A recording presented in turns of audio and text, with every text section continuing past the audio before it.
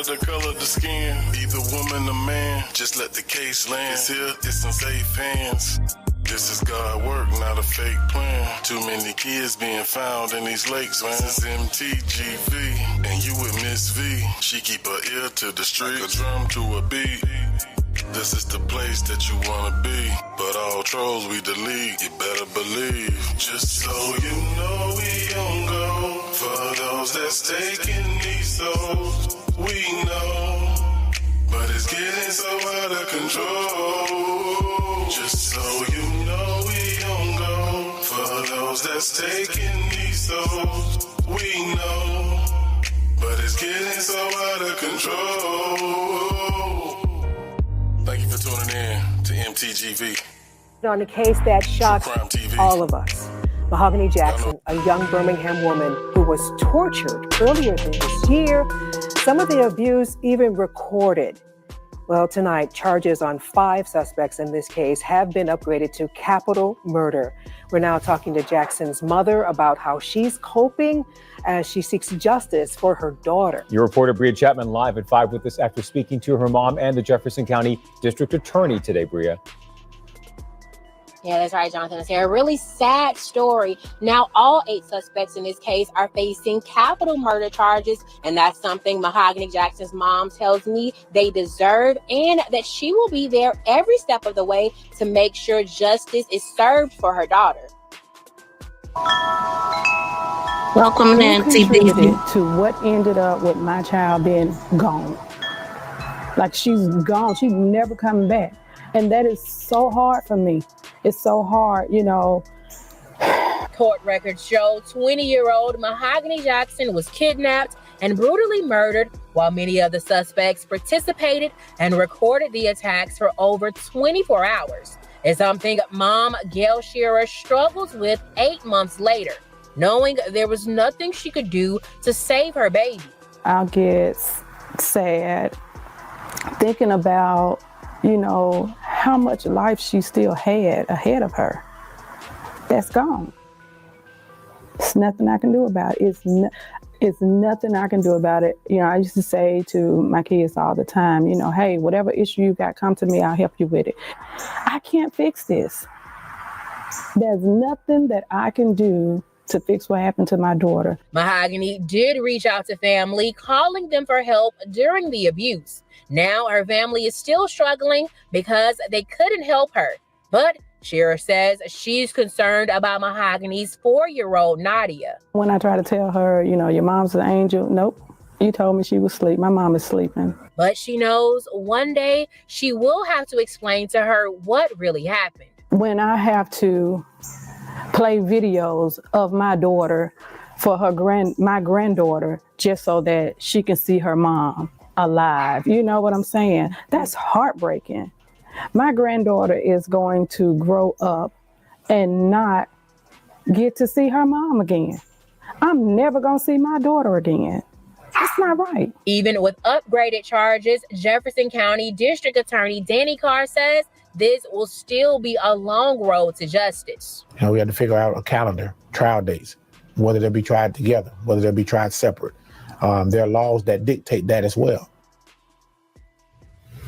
Yeah, Shearer tells me, though, she does not care. No matter how long it takes, she says she will be at every court case, and she's going to work to make sure that no other family has to endure the pain that they've experienced. Your reporter live tonight in Birmingham, I'm Bria Chapman, WBRC 6 News on your side. We have a breaking news update.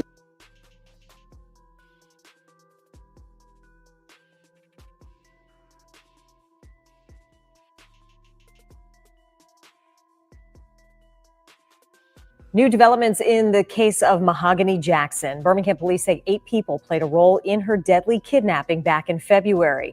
WVTM 13's Magdala Lusan joins us now live with more. Magdala?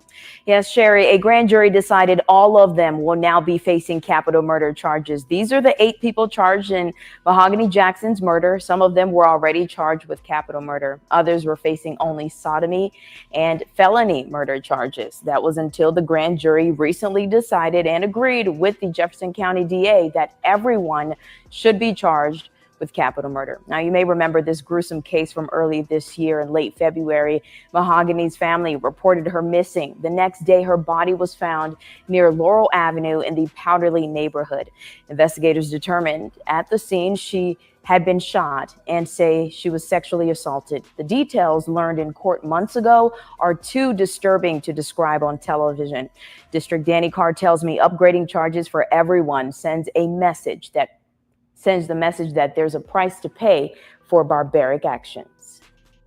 People in society need to understand that, when you partake in these kind of actions, whether directly or indirectly, that you're criminally responsible as well. And we hope that sends a message loud and clear that we're not going to stand for it, that there's going to be a significant punishment for them. And, going forward, people will think twice about committing these kind of heinous acts in our community. A card tells me the capital murder charge carries a minimum of life without parole, and it carries the death penalty as well. A date for the trial has not been scheduled yet for all of those in custody.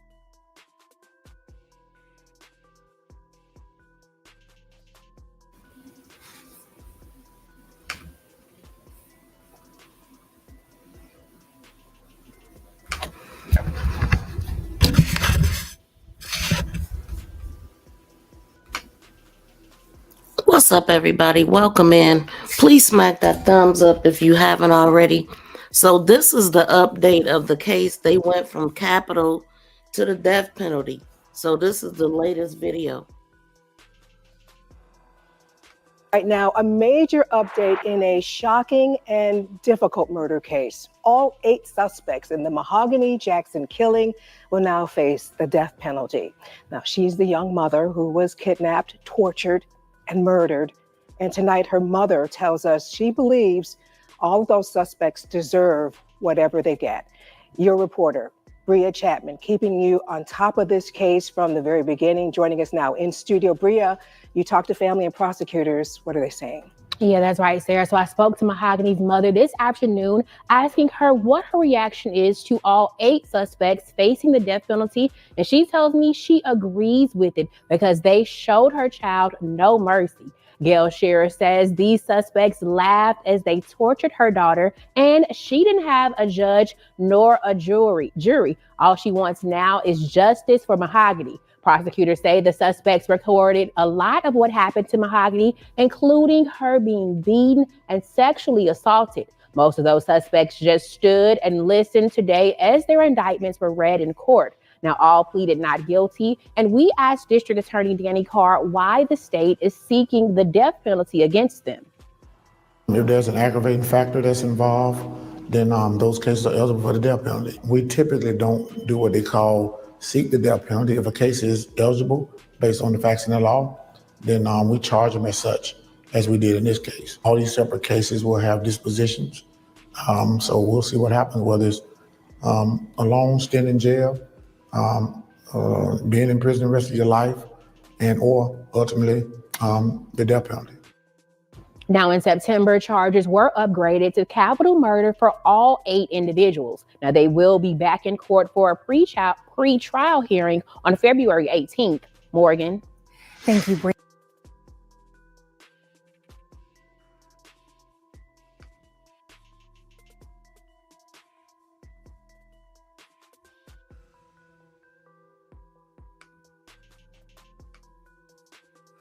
Okay, so we are going to go through all of the details that we know about the case from everything that I covered before.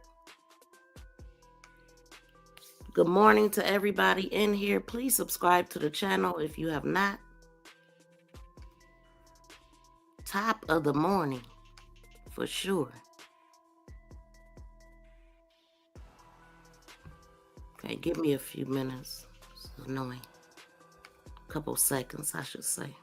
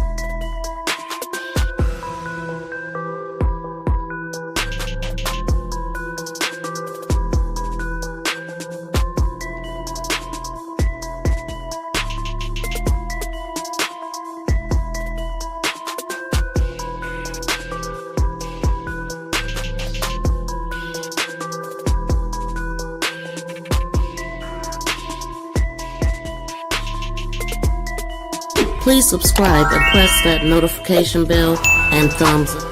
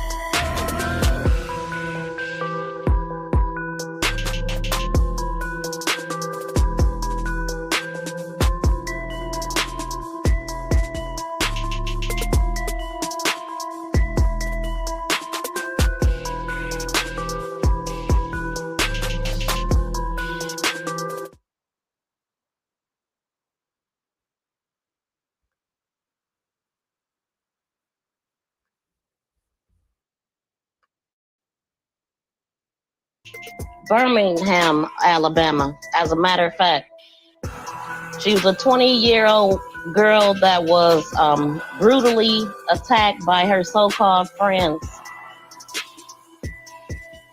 If you hear on the replay, please smack that thumbs up and please share this out. Go ahead and subscribe to the channel and drop down and let me know what you think about what you're about to hear. Shout out to everybody in the building. Please smack that thumbs up by hitting the 3 dots. I hope everybody is having a great day. I am not going to waste too much of y'all time. I'm going to get right into it. Let me get my warnings up. So this information that you are about to hear may be triggering for some. You know, may be triggering, but this is not intended to shock anyone. It is intended for educational purposes, for news reporting, entertainment, awareness, and also to share calls to action. So this is your warning, because it is a little bit graphic, a little bit more than the usual cases that I cover, but it is all TV friendly. Everything that I'm reporting is coming directly from the news, the police, or social media and what the streets are saying. So with this particular case, it's a lot of involvement with the community. It's a lot of information being talked about online. When I tell you, a lot of people know the story, you know, because these people, they were friends at some point. And I seen a couple videos where there were fights, particular people, the girl that was unalive. Let me pull up a picture so y'all can see. And drop down in the comments and let me know who's here. Welcome in, and if you're not subscribed, please make sure you do. Shout out to everybody listening in on Facebook. Welcome to MTGV Crime Podcast. Come on over and subscribe to me on YouTube as well.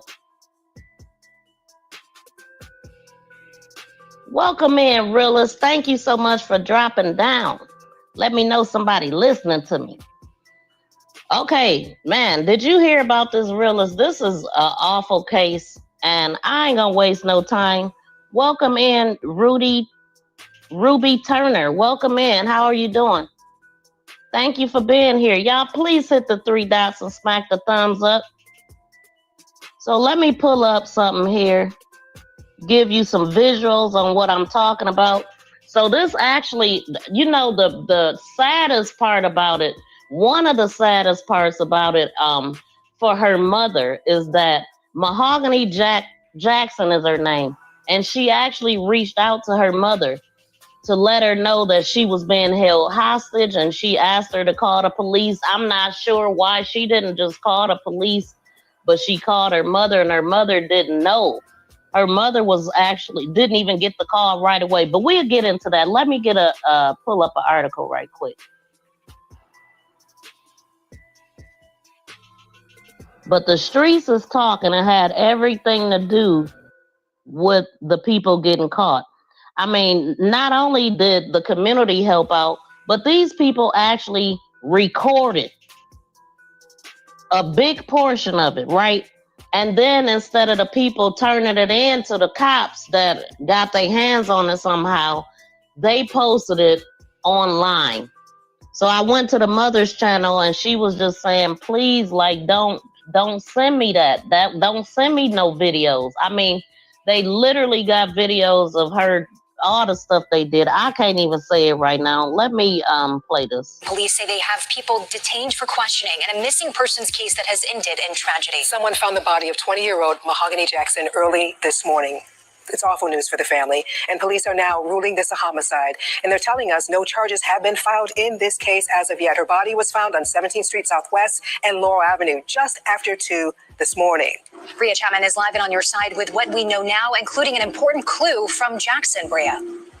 Yeah, that's right, Morgan. So this is a heartbreaking story, and Birmingham police say they are investigating this as a homicide. But right now, officers are working to figure out who is responsible for this young woman's death. Now, again, we know they have, quote, individuals detained for questioning, but there have been no formal arrests. Now, earlier this morning, our Jillian Brooks was able to speak to Mahogany Jackson's mom shortly after her body was found. Now, her mother says that Jackson is the mother of a 3-year-old little girl named Nadia, who sadly now will grow up without her mom. Mahogany was reported missing last night around 11 o'clock, and sadly, her body was found this morning with a gunshot wound. Now, that is all according to Birmingham police, but what happened between last night and this morning is still unclear. But police did confirm that the victim texted her family saying that she was in danger and may have been held somewhere against her will.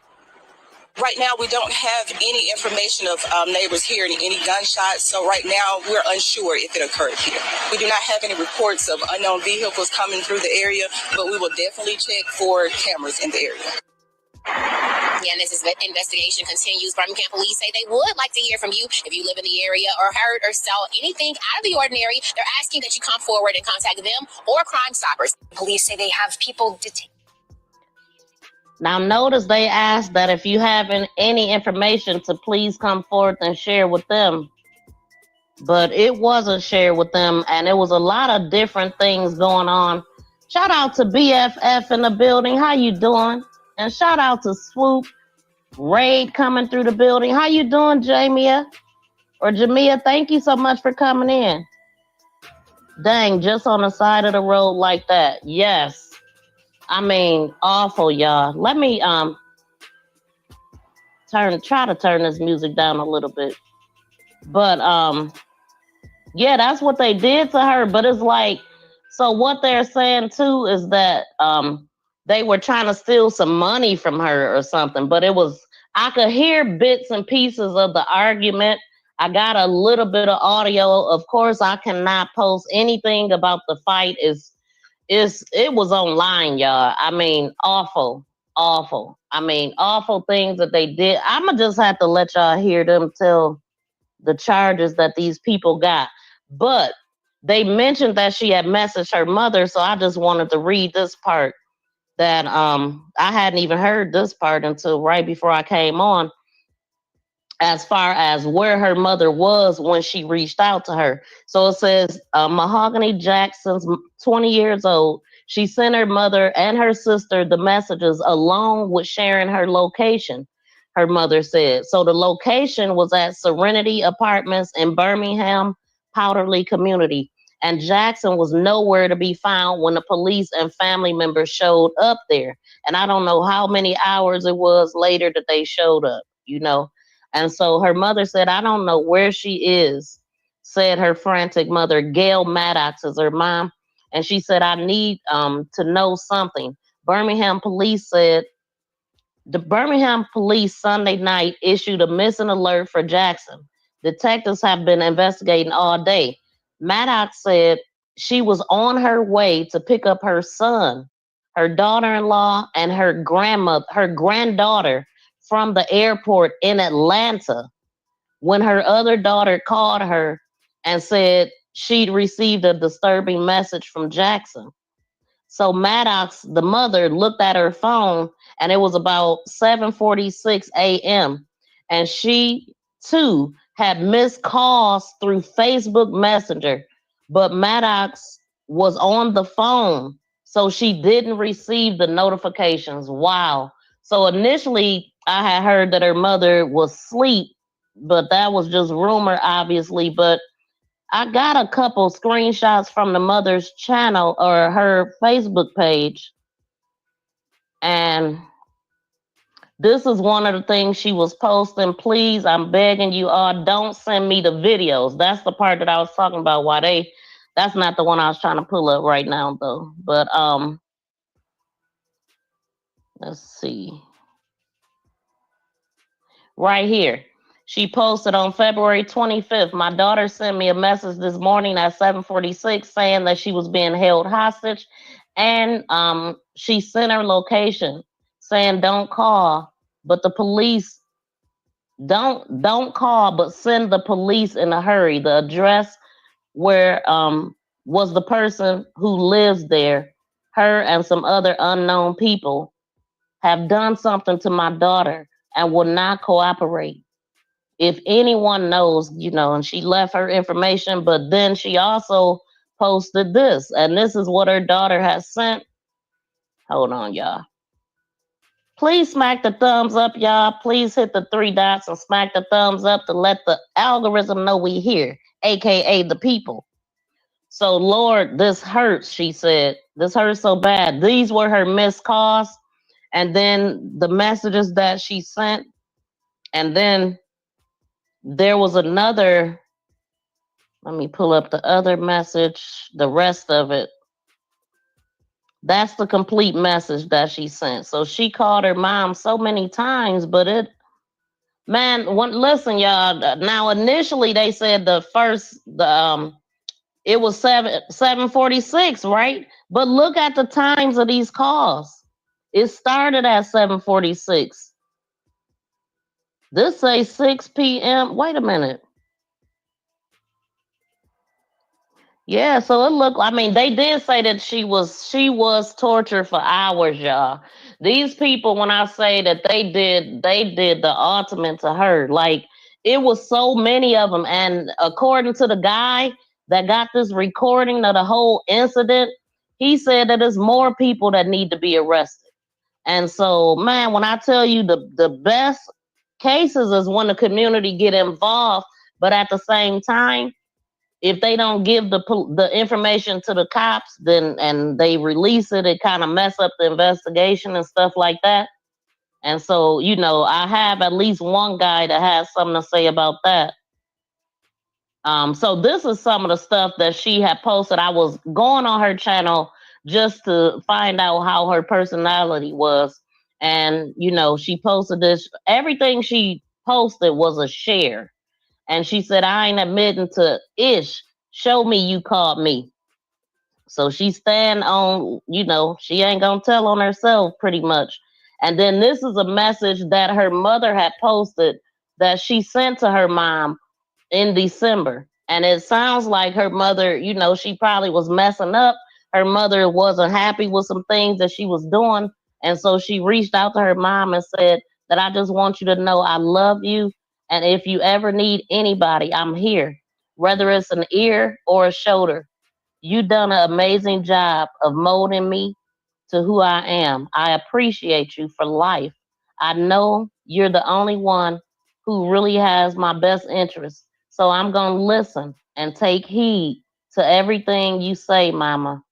I'm so sorry for everything I put you through. I wish I can take it all back, but I can't. But from this day forward, I just want to make you proud. It's not too many like you, Mama. You did outstanding with all 6 of us. And I know I got to make you proud. I'm 20 and I'm ready to listen, Ma. I wanna do hair like you've been pushing me for. So those are my next steps. Good night, my first lady. You are truly a Black queen, and I'm striving to be just like you. So that tells me that she was messing up. Her mother wasn't happy with some things she had going on, and these friends that she was hanging out with. Honestly, I don't know, but it looked like they're gang members. Okay, it looks like they're gang members. There was 2 different fights. Let me pull up this one picture. There was a couple fights that they had prior to this happening, right? It was 2 groups of girls fighting. Hold on. Man, this stuff is just crazy. These are all now. Did it take all of these people to get her? All of these people took part in unaliving Mahogany. Every last one of these people. And let me see. Let's see if I can get to. And Mahogany, she was 5'3". She weighed 122 pounds. My God. And look at these grown, overbuilt. I mean, it's just horrible. It's horrible. She didn't stand a chance against all of these people. Not at all. Oh my God, man. I just cannot imagine. Let me make sure I went through all the. So this is her page too. This she was called It's Hatch, and then they also called her little something. I'll see it in a minute. But take so this was her. Him, unlock your phone. Me, take your clip out. You know, that type of thing. Like, oh, you gonna find something, so I want to make sure I'm safe or whatever. So anyway, I'm gonna play. Let me see what y'all said. Have y'all heard about this case, man? It is just upsetting when I tell y'all. Absolutely upsetting. Shout out to everybody in the building. Shout out to the Viral My Squad. I see nothing but blue in the building. Let me see what y'all saying. Name does not sound familiar. Hello to everyone in the chat, says BFF. Yes, pretty Tracy. You better not call her cute, I tell you. I'm good, the realest. Okay, dang, just the side of the road. Okay, so shout out to Lisa J. Stocks. How you doing? Shout out to Miss Tracy. Thank y'all so much for tuning in. Please hit those 3 dots and smack the thumbs up for me. Shout out to Fifi in the building. Welcome in. How you doing? Good seeing you. Yeah, Tracy, this is wild, man. I mean, the things that they did to her, and then how proudly they were recording this, and like I thought I did a screenshot. Like it was at one point when one of the females was in her face, and they say that it was the female Ariana. Okay, so they're saying, let me put this back up. The girl that I have the tallest right here, her name is Tasia, I think. That was the name that I think I seen in the dang, where's that clip? I know I cannot remember these people's names. Let me play another video, y'all. I need to write something down.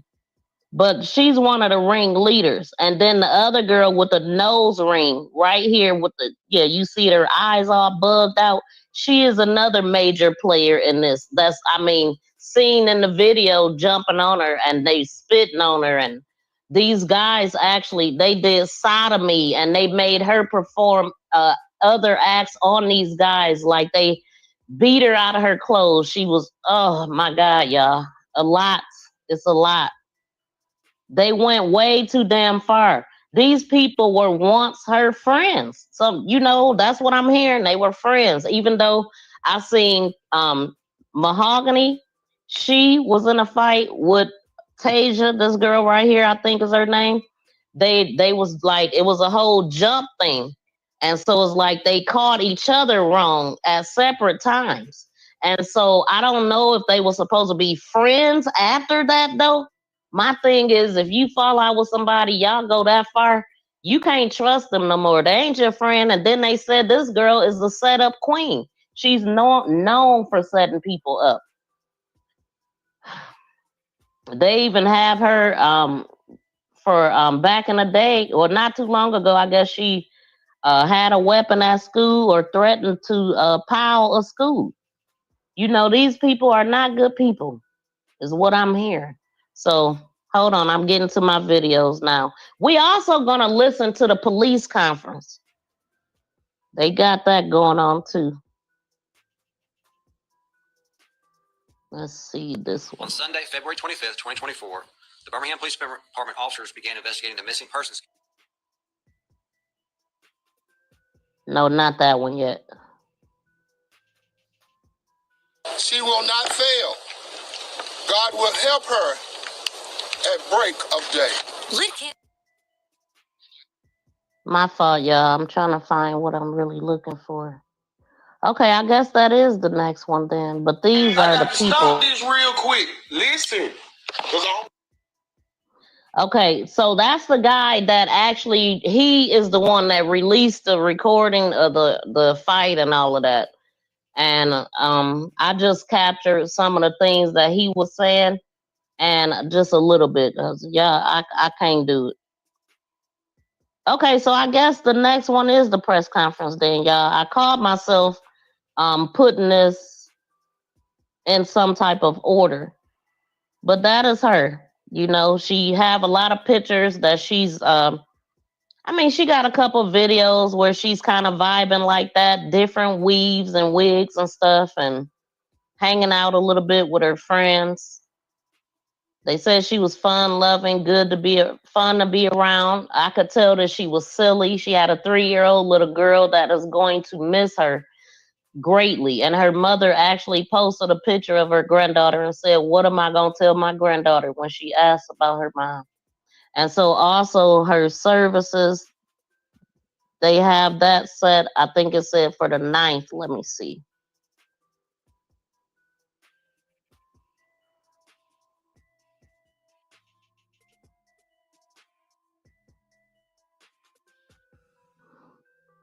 Hold on, y'all. Okay, so I'm going to go ahead and play the news conference right now.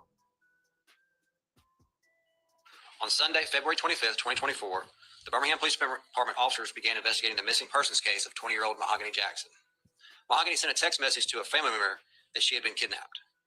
Early the following day, officers and detectives discovered Mahogany's body in the 1700 block of Laurel Avenue.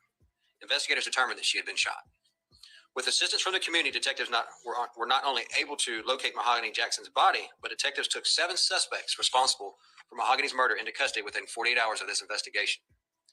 On Wednesday, February 28, 2024, detectives were able to obtain arrest warrants for the following suspects.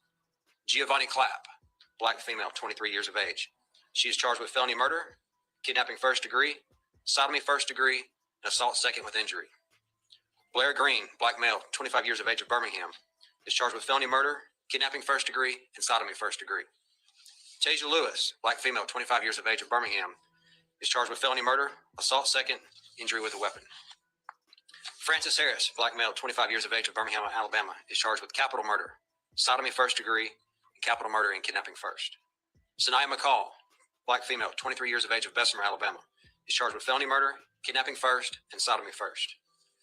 Jeremiah McDowell, black male, 18 years of age of Bessemer, Alabama, is charged with capital murder, sodomy first, and capital murder with kidnapping first. Brandon Pope, black male, 24 years of age of Birmingham, Alabama, is charged with capital murder, kidnapping first, and capital murder with sodomy first. The facts of this case are deplorable and sickening. Saddest of all, they were made public by the suspect's decision to videotape portions of this horrific act. We hope to shield Mahogany's family and friends by withholding specific facts surrounding the investigation. However, we have determined that Mahogany was a victim of sexual assault with murder and kidnapping. Recently, Mayor Randall Woodfin and the Birmingham Police Department have urged the public assistance to help the Birmingham Police Department investigate violent acts such as these described in this case. In Birmingham, you answered the call. It's hurtful to know that 7 individuals could participate in such vile acts, but this case highlights the strength and the effectiveness of the partnership between the Birmingham Police Department and our community, as 7 suspects are now behind the bars and will soon be in custody of the Jefferson County Jail with no bond. And I'll tell you, as many of you know, I've served a number of years in the homicide unit, and this is undoubtedly one of the most heinous acts I've seen in my career. It's absolutely disgusting. And I'm very thankful to the men and women of the Birmingham Police Department who've worked tirelessly for many days and at very long hours to bring resolution to this particular case and get these individuals off the streets of Birmingham. And I also want to highlight the assistance of the citizens of Birmingham who came forward and gave us information that led to the arrest of these individuals. I can't thank them enough. Chief, can you tell us how long Mahogany was held hostage and tortured, and do you have a possible motive? I will say that all of these individuals were acquaintances, that they were not strangers to one another. As far as an exact time of how long she was held, I don't have that information. I know on early Monday morning, you all went out there with the family to go look for her. What happened during that time? Were you all able to find her, or clearly not at that moment? But what happened? Well, Monday's when we found her body. Sunday's when we got the information about the fact that she had been kidnapped and began a search to try and locate her. It was in the early hours of Monday morning that we received information that led us to where her body was, so we were able to recover and begin a homicide investigation at that point. On Sunday, February 25th, 2024, the Birmingham Police Department officers began investigating the missing persons case of 20-year-old Mahogany Jackson. Mahogany sent a text message to a family member.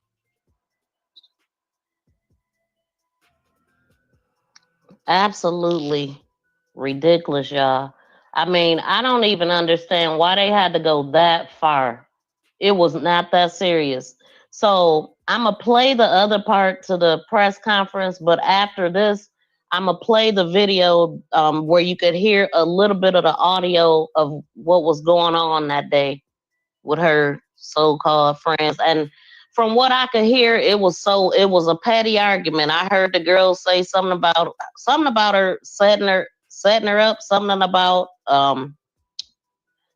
I'ma just let it play, y'all.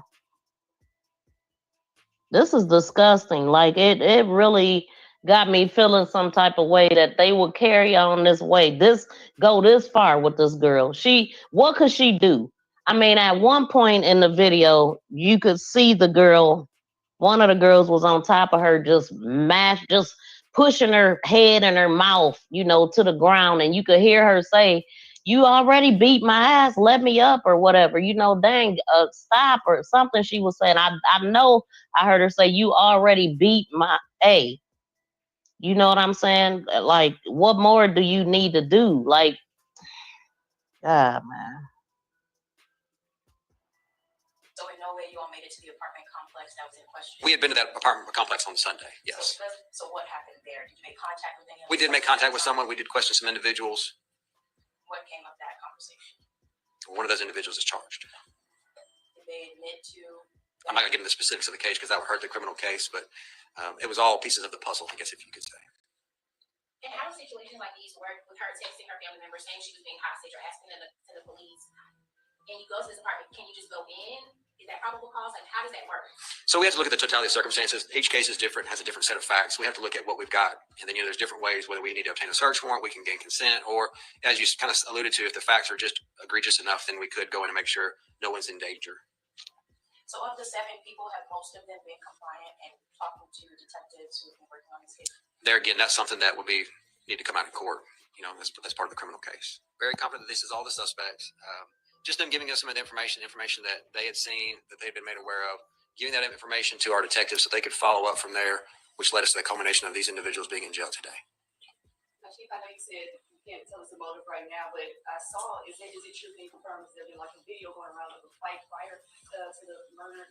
Well, I won't necessarily say there was a fight. There's videos of some of these heinous acts taking place, and that's something that was a pivotal piece of the investigation. So I'll just leave it at that. Chief, how big a role would you say those text messages and her contacting her family, how big a role did that play? Well, I think that was a very big role because that kind of got the police involved. Otherwise, we wouldn't have been involved prior to that time. Had that information not gotten out to someone so they could alert us, we could begin an investigation. The investigation initially began as a missing persons case. Our investigators spent all day out, most of that night, trying to locate her, following up on leads to see where she could be and things of that nature. And then, unfortunately, a few hours later, we received information where her body was. We went to that location and did indeed find her body. I just want to clarify something from earlier. Did the suspects all know each other? Did they also know the victim? Yes. Everyone involved in the case, victim suspects, were all acquainted with one another. Can you say if the person that led you to Mahogany's body is one of the suspects? They're not. And do you know where Mahogany was shot? Was that an apartment complex? There again, that's some of the facts that the detectives have they're presenting in court. Do you know if these are the only people that were involved, all 7? Yes.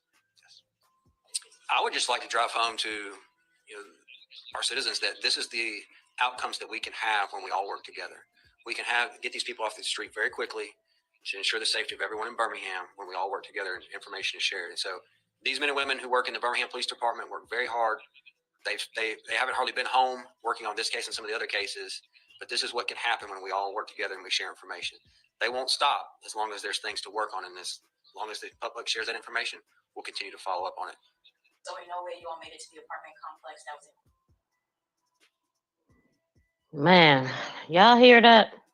I mean, I don't even know how these people could even sleep with themselves right now to do all of that to one person. And initially, they arrested like 7 people, but then there was an 8th person arrested, and that's the one with the ring in her nose, and that's the one that in the video was fighting her, and then the other bigger girl. So let me see, because I got the ones that I spotted in the videos right here. She will not fail. I got to stop this real quick. Listen, because I don't want y'all to get confused. Listen real quick. She said, I'm not blue. Well, who is blue? This the dyke.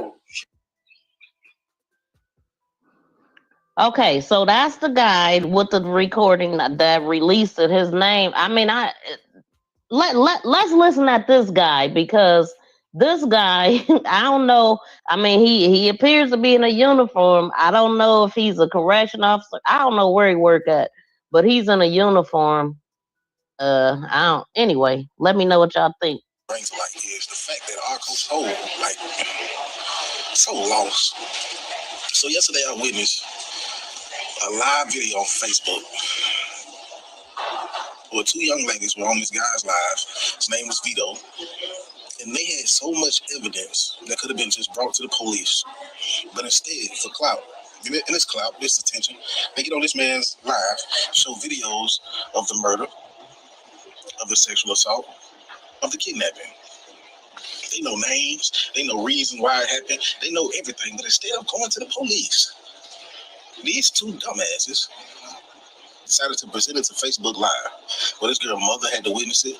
They sent her mother videos of her daughter, and she has to see this, bro. And I don't understand. I don't understand, bro. At what point are we just gonna be like smart, bro, as a community, bro? At what point? Because that was stupid. Like, y'all don't want to associate with the police, but you decided to get on live to unravel all this evidence that could have been used to help this girl. It could have been used to put people in jail that's supposed to be in jail. But you do it on live for everybody to see. And it's for clout. Are we that stupid? In Birmingham, Alabama, are we that stupid? The real problem is everybody wants clout. Everybody wants clout. And until there's some accountability being here for the people that's chasing that shit, y'all gonna forever be stupid, bro. Like, this is a big case. It's a capital murder case. And instead of going to the police, you get on live for everybody to see this girl being tortured, beaten. You get on live. And you know everything, everybody involved.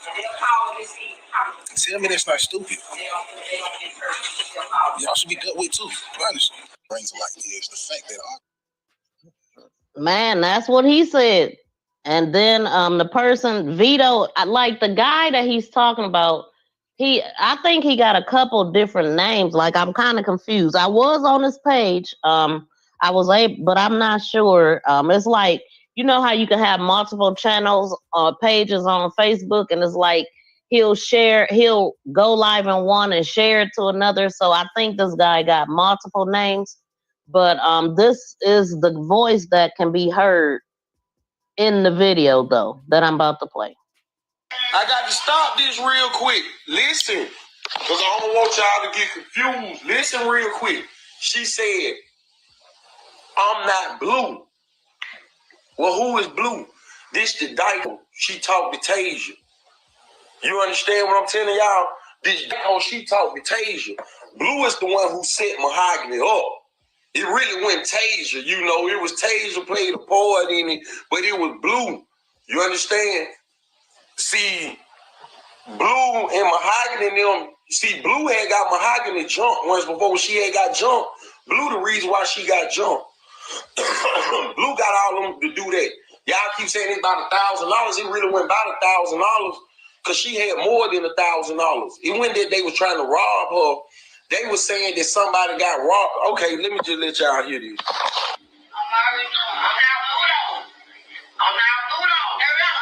Then that fat hoe talking about show her what's in our blood.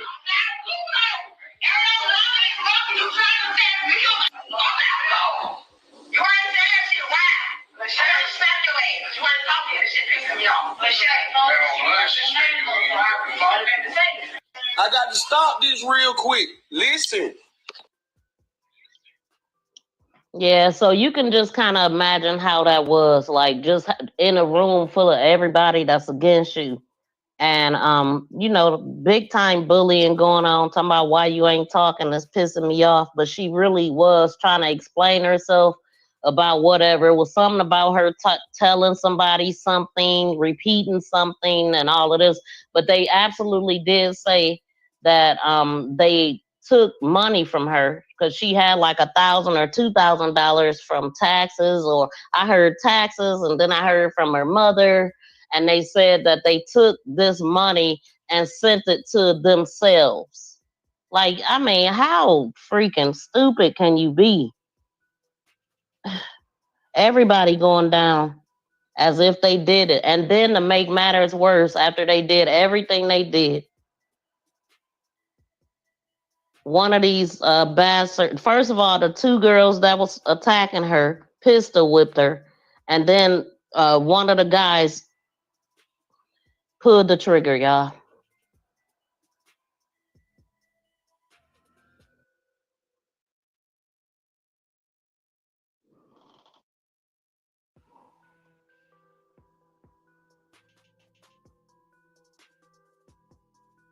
These bastards took her phone and went through her phone. Her mom, from my understanding, I don't know if all of this is true, but from the people that know some of the individuals that's involved, this is what's coming. Apparently, her mom has sent her $1,000 or so. I'm assuming they took a break and started hounding her about her password to her phone. First, she wouldn't give it up, but then eventually she did. They go through her phone and they start sending the money that her mom sent her to their account. And then they went through the fucking phone, y'all. They went through the phone and saw the messages she sent to her mom. And one of the dudes that was there, and I'll get his name in a minute, one of the dudes got spooked and was like, I ain't going back to jail. That's when he and others played God and unalived this woman. As if beating her wasn't enough. Because you couldn't stay your ass out of trouble. You didn't think she was smart enough to send out a message to her mom. You took her life. My heart really goes out to the mom because the mom was asleep, according to report. And I don't mind coming back and clearing up some stuff if I'm incorrect about some detail. Apparently the mom was asleep as these messages were coming through from Mahogany, because apparently this happened at like 2 o'clock in the morning. So she had no idea until she woke up. How horrific. What a horrific way to go out of here. These bastards took her phone and went.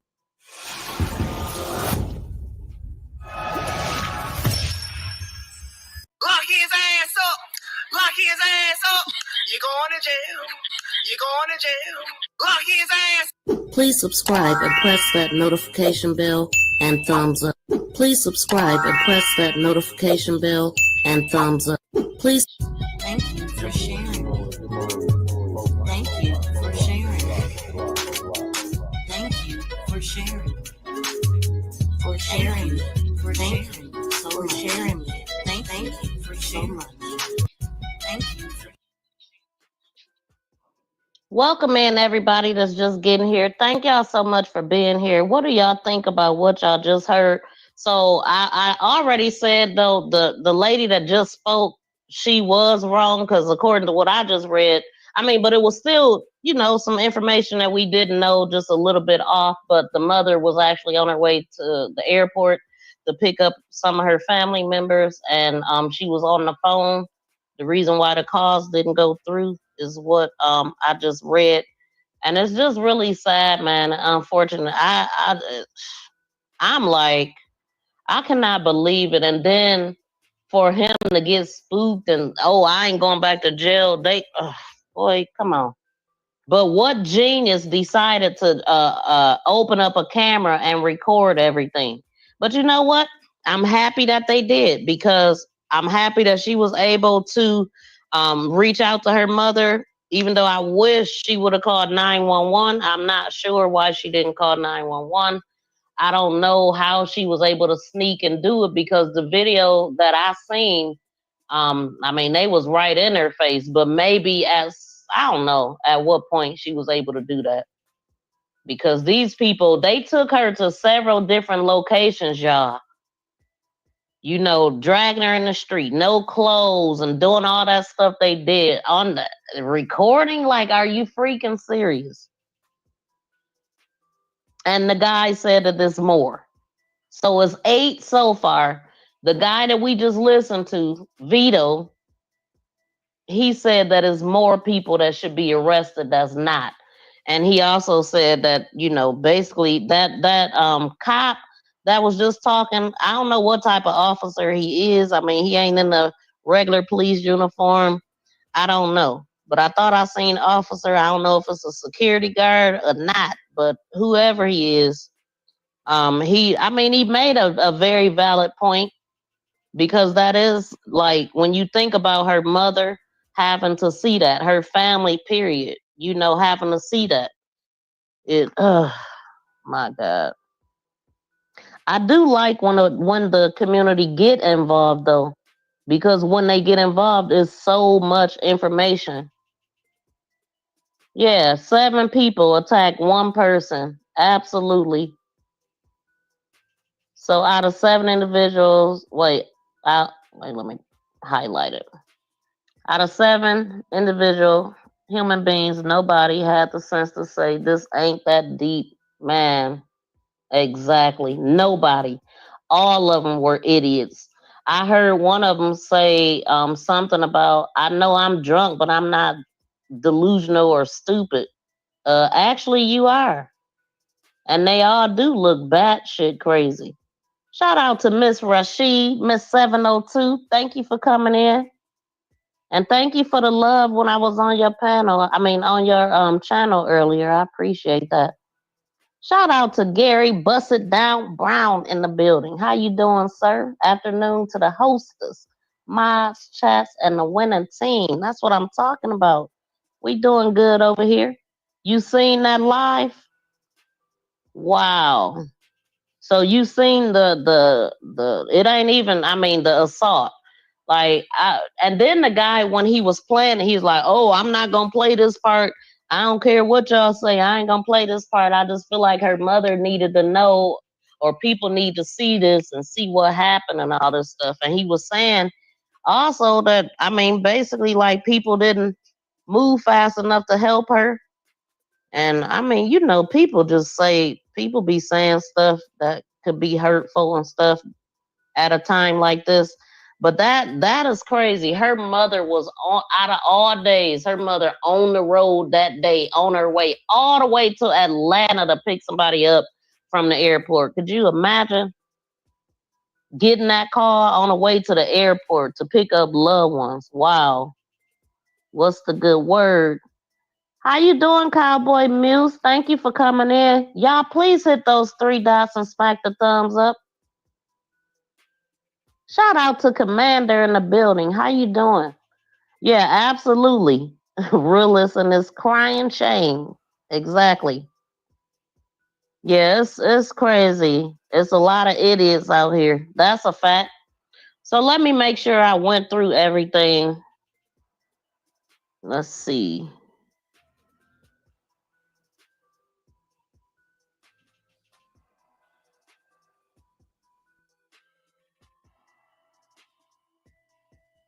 Let me put their ugly faces back up again right here. So look at that. Could you, all these people in front of you? And I'm saying these guys, I got a picture. I got like still shots, but I guess I ain't gonna put them in here at this point. But I meant to put them in here where you could see the third guy at the top. I could see him. The second guy at the top was the one that started the recording. And the other one next, well, he appeared to be, because he was right in the frame. And then the one next to him, he was there. He arms up, mouth wide open. He cheering something, because at first they was just watching. At first they was just watching everything. Wasn't nobody trying to break nothing up, nothing. And she had on some, like, it looked like pajamas. Like they didn't, none of them, neither one of the girls that was, the ones that was like toe to toe, they really didn't have on no clothes, man. Like booty shorts, pajamas looking. It looked like she had on like a button pajama shirt and some really short satin-like shorts.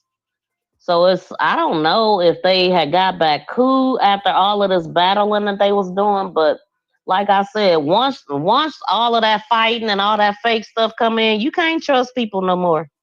Like, they are no longer your friend. I don't care what they say. So I'm gonna read another article just to see what else is being said, because pretty much, oh, okay, so this is they have obviously been to court. 5 suspects. Hold on, let's see. So yeah, the 5 have been charged with felony unaliving. And Taja is the one that I was talking about. Taja is the one at the first female at the bottom.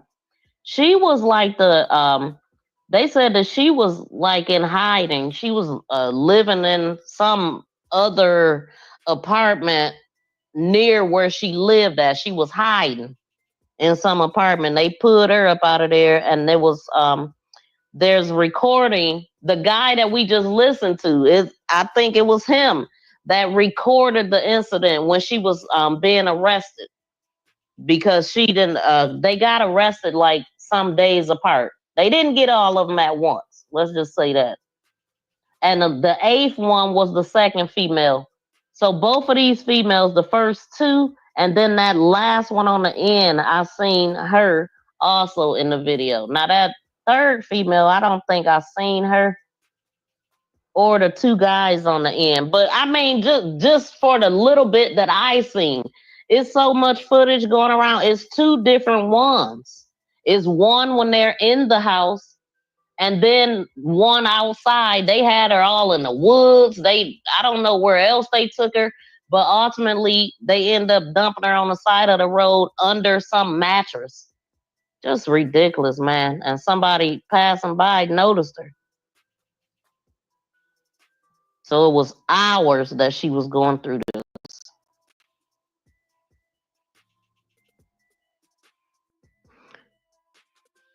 2 arrested after body. Okay, man, charged them.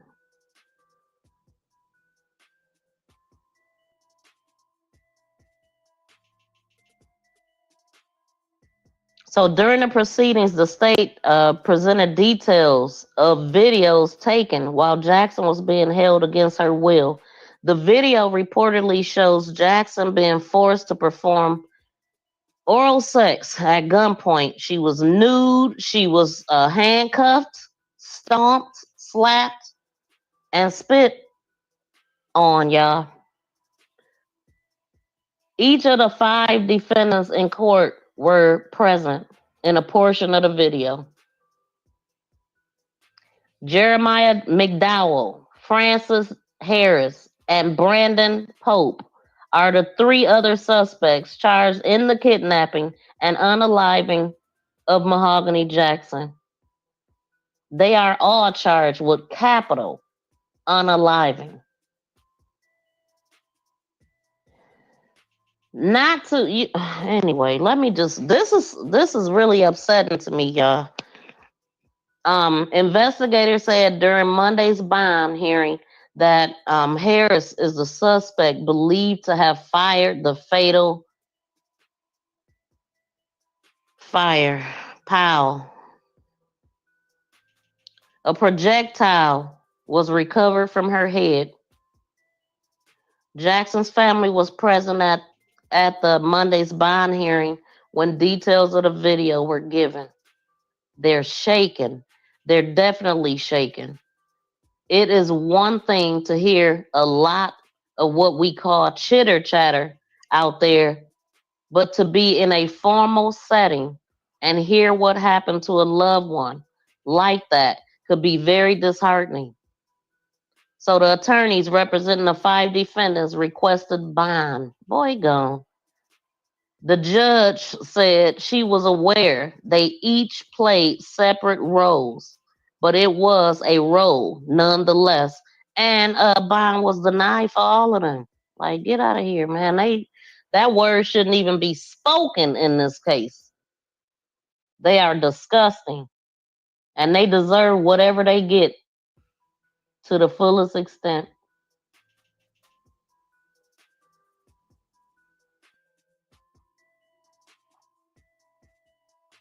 I got to stop this real quick. Listen, because I don't want y'all to get confused. Listen real quick.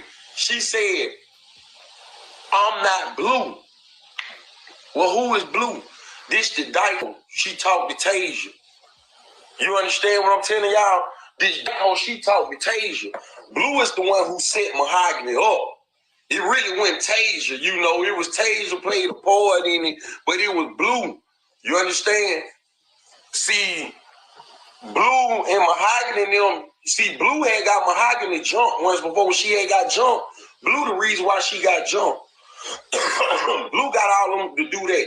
Y'all keep saying it's about $1,000. It really went about $1,000 because she had more than $1,000. It wasn't that they was trying to rob her. They was saying that somebody got robbed. Okay, let me just let y'all hear this.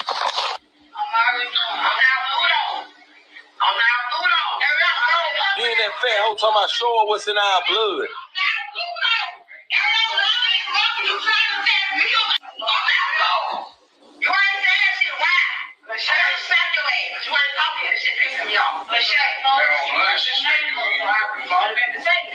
I got to stop this real quick. Listen.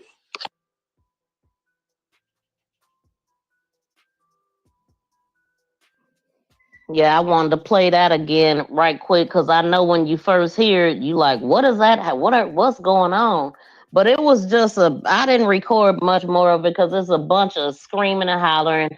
You can't really what they saying besides her saying you set me up and her explaining herself about repeating something to somebody, and it's just like I said, it's just petty as hell is what it all boils down to me. So let me make sure that I showed y'all everything. Let me see what y'all saying. If you have not yet subscribed to the channel, please do. Look at these foods. Exactly. I couldn't tell which one was a female and which ones are the males. Right. So look, I separated them just so I could be able to tell. The women is in the front and the men is in the back. You know, if that's what you want to call them, but they was a wild bunch, y'all. Shout out to Word in the building. How you doing, Word? Yeah, this is a wild bunch. That's a fact. So I'm a Act. We hope to shield Mahogany's family and friends by withholding specific facts surrounding the investigation. However, we have determined that Mahogany was a victim of sexual assault with murder and kidnapping. Recently, Mayor Randall Woodford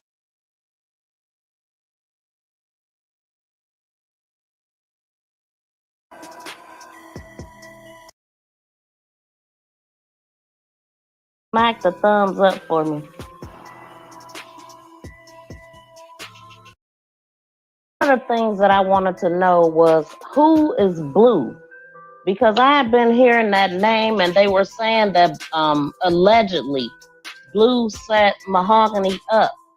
And so I heard a couple rumors about who Blue is, but Blue actually spoke on a Clubhouse live, so I'm gonna play that. Also, Blue turned herself in because the internet is saying that Blue is guilty of something. So we're going to get right into it. I am not going to waste too much of your time. I don't even know why this thing is not charging right now. Shout out to D3ath in the building.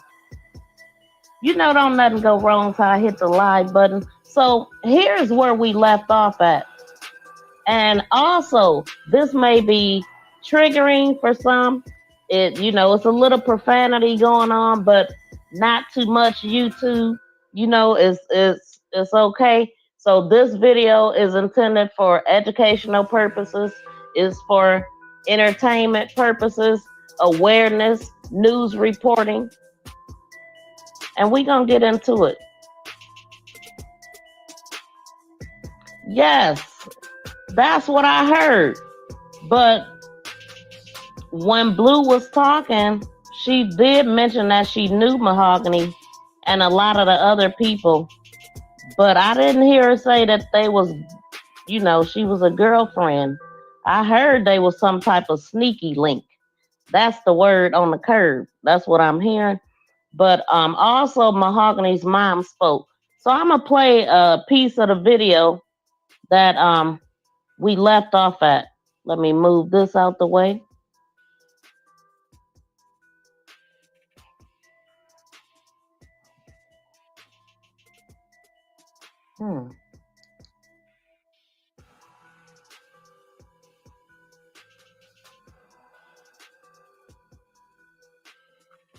So this is Mahogany. This is the girl that we are talking about, 20 years old, Alabama. She thought she was going to a party. This is what I'm hearing. She thought she was going to a party. I know these people have been into it with her before. I mean, they were allegedly a part of some type of setup gang, but that's just what the streets are saying.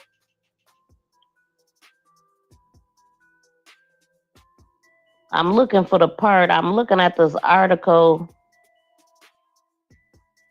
Let me see. Okay, here we go. Police say they have people detained for questioning in a missing persons case that has ended in tragedy. Someone found the body of 20-year-old Mahogany Jackson early this morning. It's awful news for the family, and police are now ruling this a homicide. And they're telling us no charges have been filed in this case as of yet. Her body was found on 17th Street Southwest and Laurel Avenue just after 2 this morning. Bria Chapman is live and on your side with what we know now, including an important clue from Jackson. Bria. Yeah, that's right, Morgan. So this is a heartbreaking story, and Birmingham police say they are investigating this as a homicide. But right now, officers are working to figure out who is responsible for this young woman's death. Now, again, we know they have, quote, individuals detained for questioning, but there have been no formal arrests. Now, earlier this morning, our Jillian Brooks was able to speak to Mahogany Jackson's mom shortly after her body was found. Now, her mother says that Jackson is the mother of a 3-year-old little girl named Nadia, who sadly now will grow up without her mom. Mahogany was reported missing last night around 11 o'clock, and sadly, her body was found this morning with a gunshot wound. Now, that is all according to Birmingham police, but what happened between last night and this morning is still unclear. But police did confirm that the victim texted her family saying that she was in danger and may have been held somewhere against her will. Right now, we don't have any information of neighbors hearing any gunshots, so right now we're unsure if it occurred here. We do not have any reports of unknown vehicles coming through the area, but we will definitely check for cameras in the area.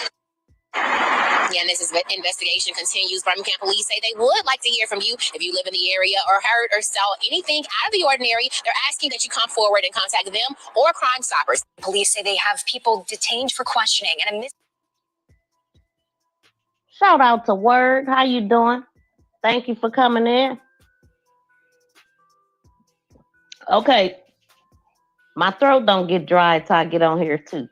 But anyway, y'all. Okay. So that was the catch everybody up. And so this is the video that I had questions from. This video is Vito, or yeah, I think his name is Vito, but we'll hear his name in here. I got to stop this real quick. Listen, because I don't want y'all to get confused. Listen real quick. She said, I'm not blue. Well, who is blue? This the dyke. She talked to Tasia. You understand what I'm telling y'all? This dyke, she talked to Tasia. Blue is the one who set Mahogany up. It really went Tasia. You know, it was Tasia played a part in it, but it was Blue. You understand? See, Blue and Mahogany and them, see, Blue had got Mahogany jumped once before she had got jumped. Blue the reason why she got jumped. Blue got all of them to do that. Y'all keep saying it's about $1,000. It really went about $1,000 because she had more than $1,000. It wasn't that they was trying to rob her. They was saying that somebody got robbed. Okay, let me just let y'all hear this.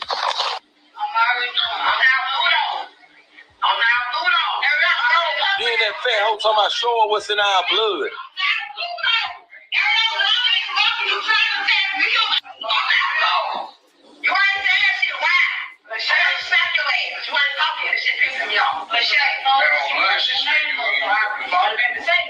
I got to stop this real quick.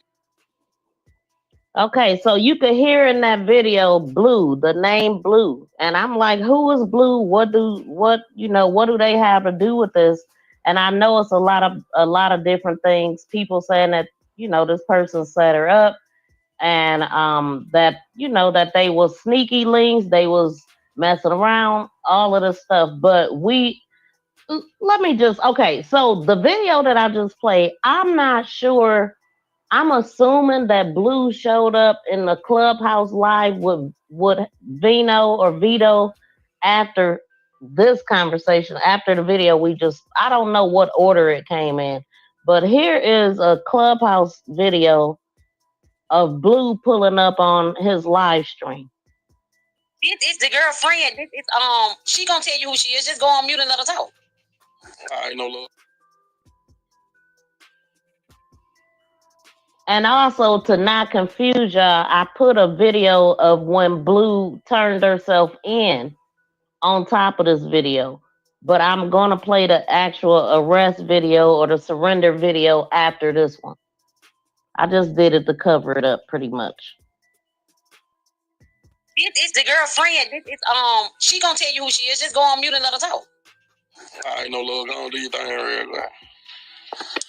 I'm Taser's ex-best friend. I was at one point friends with Ace and BG. And I was also friends with Mahogany. So I'm in the middle of all of it. And I was friends with Ariana and Sanaya and Lil D. I'm on multiple pictures with everybody. And Ariana sat on my phone and told me she wasn't there. And I had to find out from your live, Vito, that she was.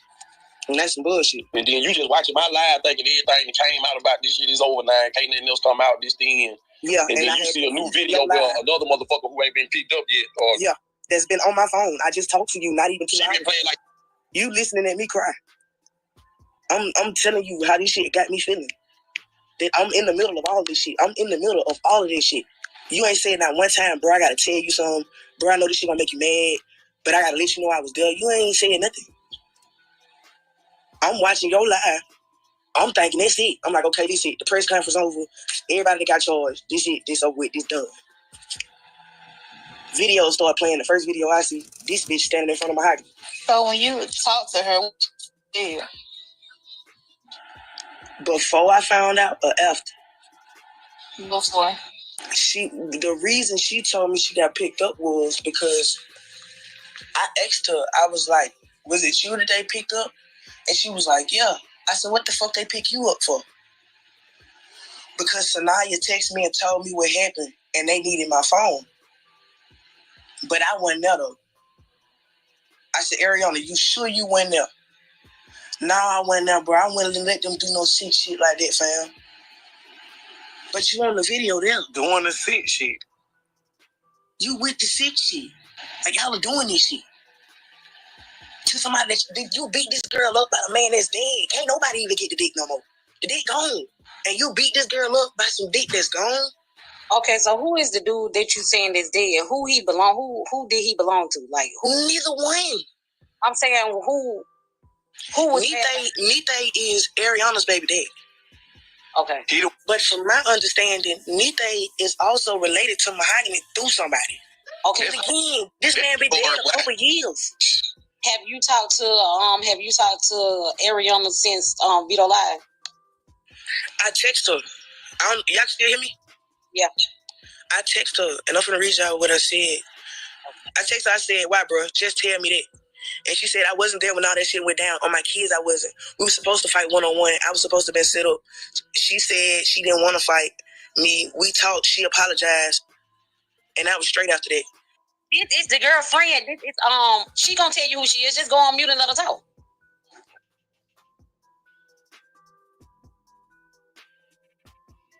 Okay, so that was Blue, who's friends with all of them. As a matter of fact, let me play this right quick.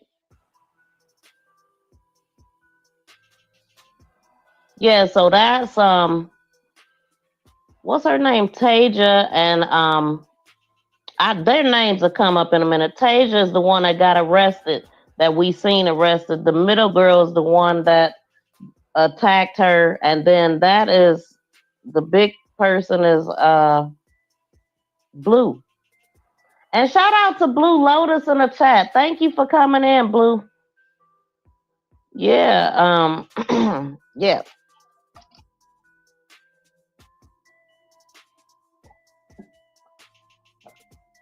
Okay, and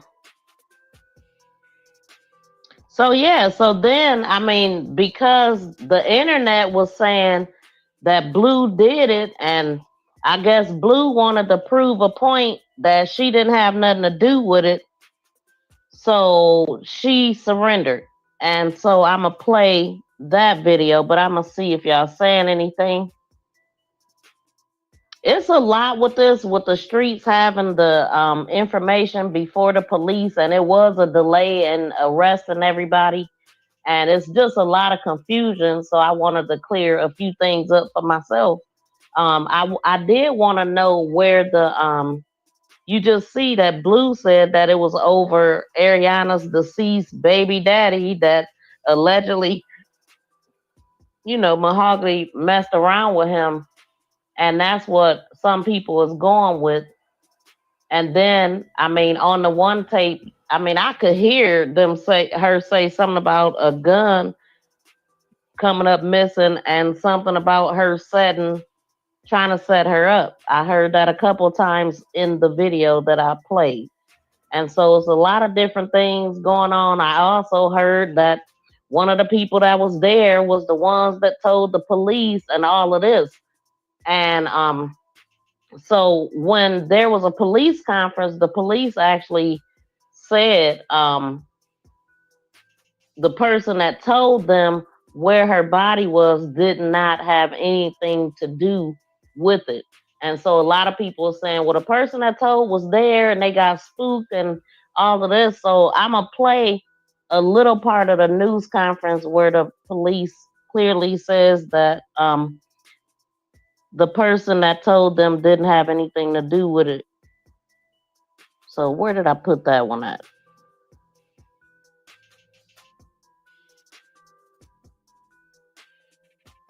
Hold on, y'all. Oh, that's the wrong one. Okay. So in no way you all made it to the apartment complex that was in question? We had been to that apartment complex on Sunday, yes. So what happened there? Did you make contact with anyone? We did make contact with someone. We did question some individuals. What came of that conversation? One of those individuals is charged. Very confident that this is all the suspects. Chief, how big of a role would you say those text messages, her contacting her family, how big a role did that play? Well, I think there's a very big role because that kind of got the police involved. Otherwise, we wouldn't have been involved prior to that time. Had that information not gotten out to someone so they could alert us, we could begin an investigation. The investigation initially began as a missing persons case. Our investigators spent all day out, most of that night, trying to locate her, following up on leads to see where she could be and things of that nature. And then, unfortunately, a few hours later, we received information where her body was. We went to that location and did indeed find her body. Did the victims all know the suspects all know each other? Did they also know the victim? Yes. Everyone involved in the case, victim suspects, were all acquainted with one another. Can you say if the person that led you to Mahogany's body is one of the suspects? They're not. Do you all think that these are the only people that were involved outstanding? Yes. So in no way you all made it. So that's one of the parts I wanted to play. He said they are not a suspect. And then I ran across this article that said that the person that led them to her body, I guess they were told by one of the people that was there what happened and told everybody what happened. I'm looking for the part of the article that I'm talking about. But yeah, they just said that. So she was dumped at an illegal dump site. And I know in my last video, I said that somebody found her, somebody noticed her and found her, but that was not the case. Somebody reached out to the police because they were a witness to it or told this information. So it says this witness said that Harris told him about the shooting the victim and identifying everyone involved in the kidnapping. According to the testimony, Jackson, who has a 3-year-old daughter, arrived at Pope's house. So Brandon Pope, it was his house where she believed that she was going to hang out. It was supposed to be some type of party. And so after all the stuff that these people have been through, because I've seen videos of Tasia, I guess her crew allegedly or did jump on Mahogany, and then Mahogany crew jumped on Tasia, catching both of them alone, and then they still gonna be friends after that. Is fake after that. I wouldn't trust nobody after that. You take it that far. And so hold on, y'all. So I'm gonna play the part about. Let me see. I think I'm gonna play her mom's part first. Let me play that because it's just a few seconds, 45 seconds. Mahogany was a person that loved life, and she was trying really hard to get herself together. She had started making necessary steps, spending more time with her cousins. They were helping her and staying away from the wrong people. One of her issues is that she trusts the wrong people. What was done to her wasn't right. It wasn't fair. I'm not even going to speak on that. But she was loved, and she loved her family. I want to thank everybody. I know that people have been praying for me because I couldn't do this without it. Mahogany was a person that loved. Yeah, so I ran across a page that Mahogany used to post on back in 2019, and she would have been only like 16 or something, and she was something else back then. So the letter that her mother, or the message that her mother posted on her page, where Mahogany was apologizing to her mother at the age of 20, saying that I'm ready to listen to you now.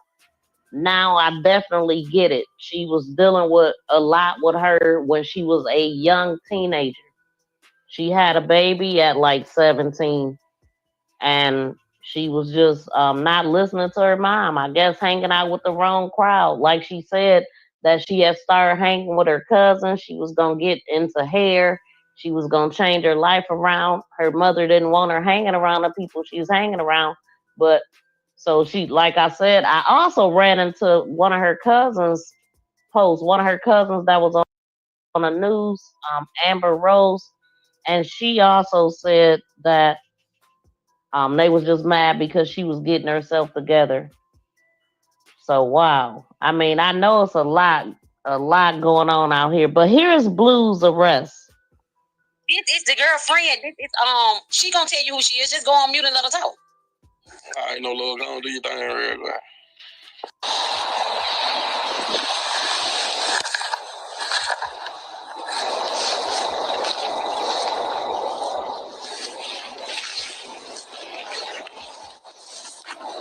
Yo, y'all claim I had something to do with this shit? Let's see if I did. Let's see if I did. We're gonna see if I really had something to do with this shit.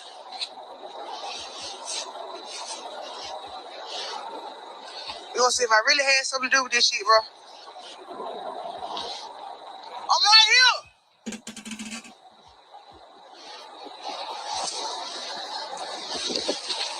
On my soul.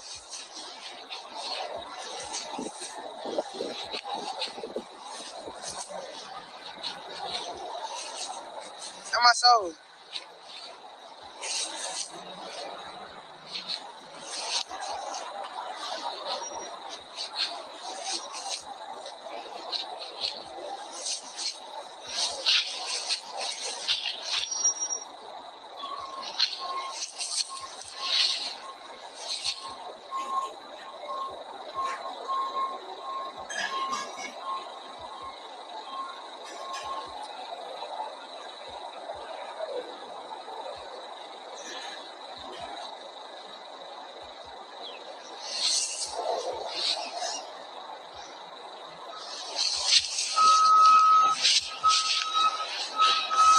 Come on, man. pull my fucking jeans up. Let's get this shit over with. Y'all said I had nothing to do with it. All right.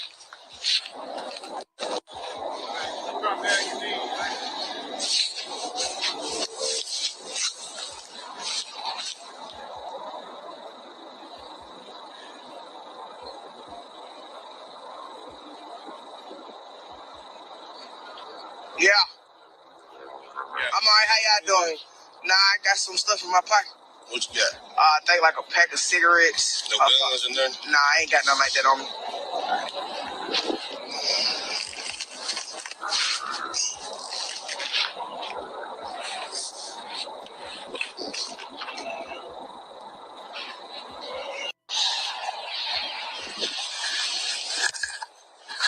Nothing in the book bag, no weapons? Nah, I ain't got no weapons in there, nothing like that.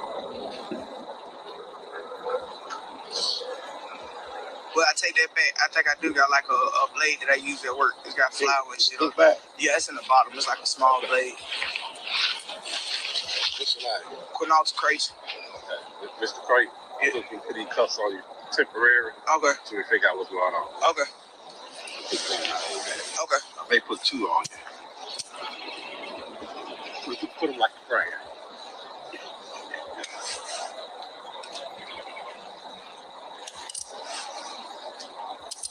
How old are you? 23. Okay.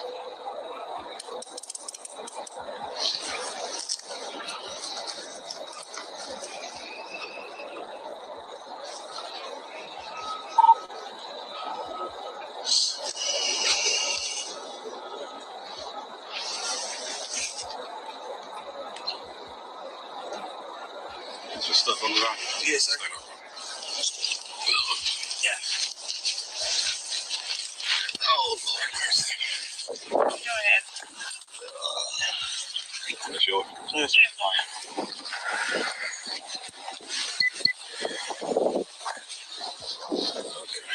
Walk over. How you get in here? The same way I went.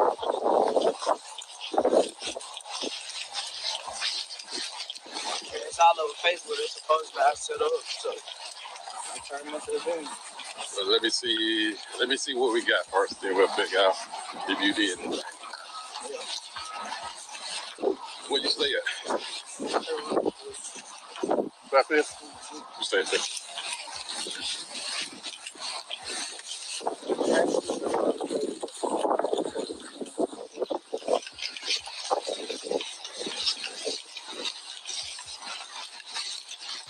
You know your social by heart, right?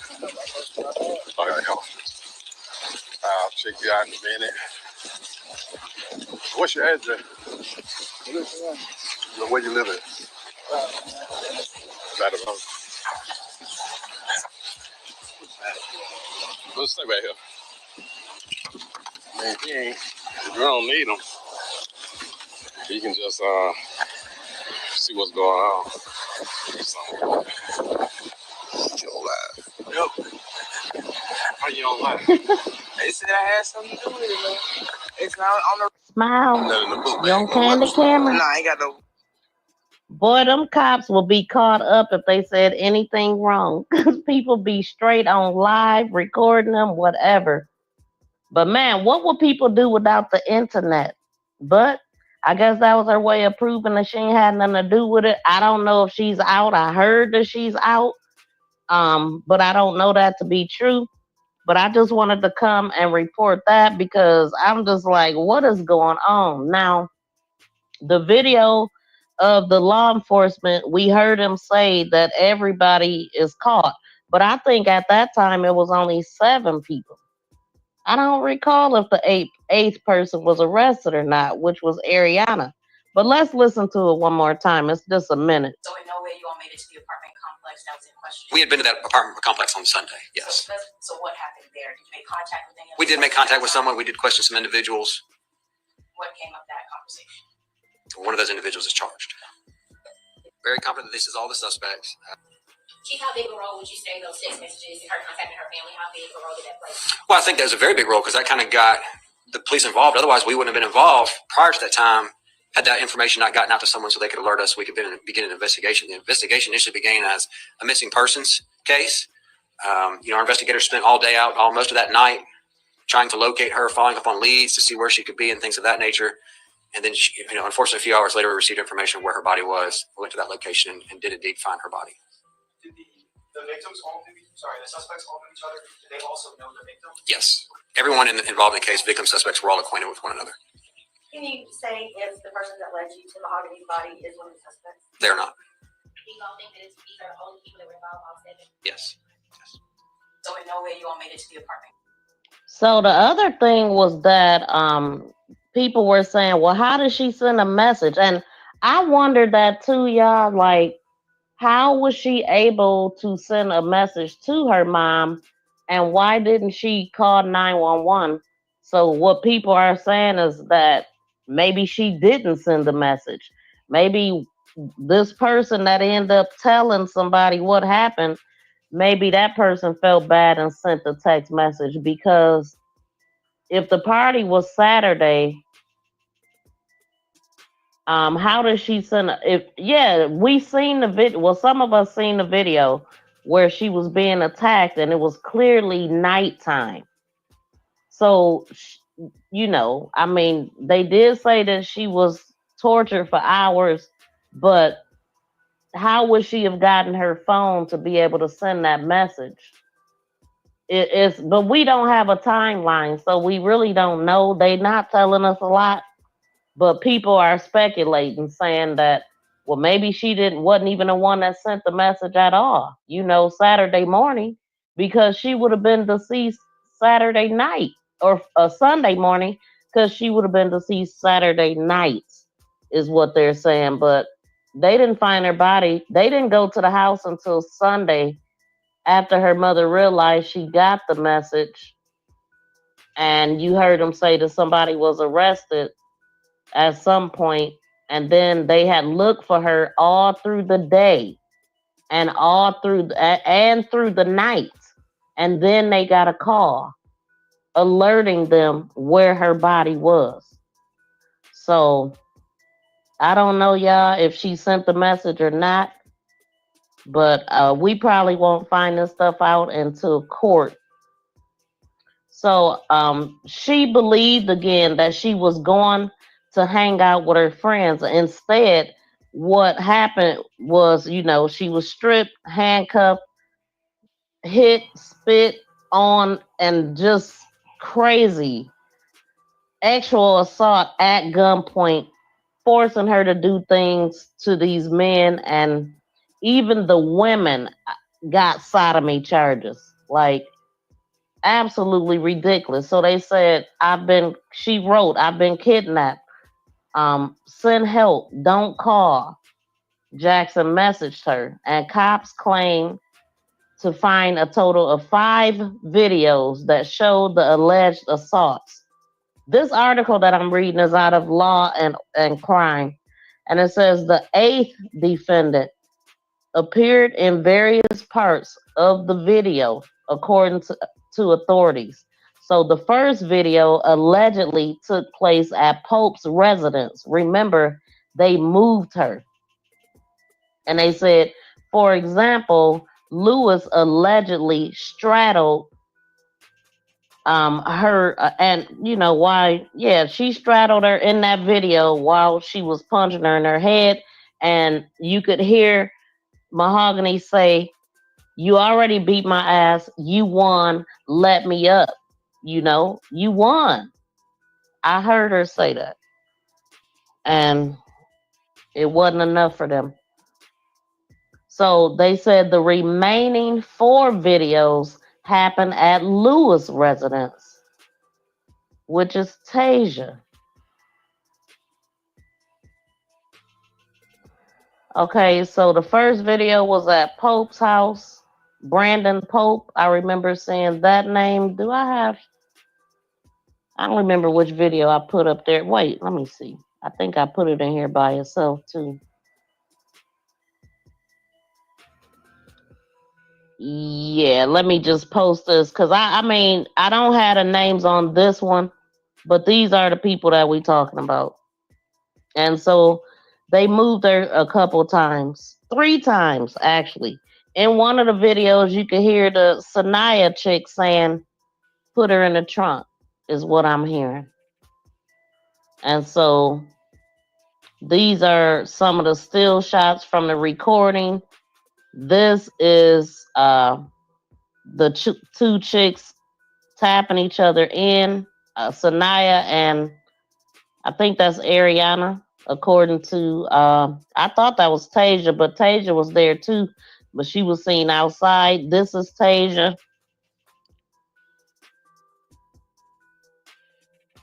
And hold on, let's see what else I got.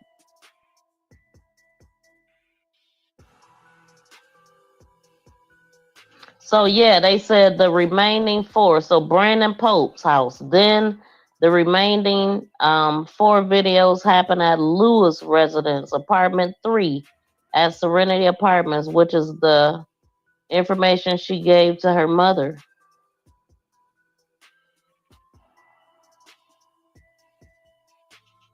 She was subjected for a period of time to, there's really no other way to say it, torture, which ultimately led to her unaliving. Sick.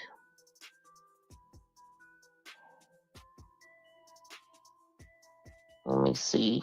And then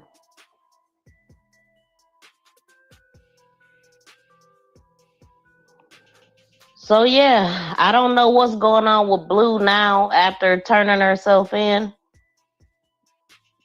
The streets are saying that she's out. I don't know if that's true. But I'm going to continue to report on this case as information come in. I really want a timeline, to see what's what. Shout out to Ryder. Welcome in. Thank you for being here. Shout out to my member in the building. And BFF, shout out to you for being a member too. And chilling with the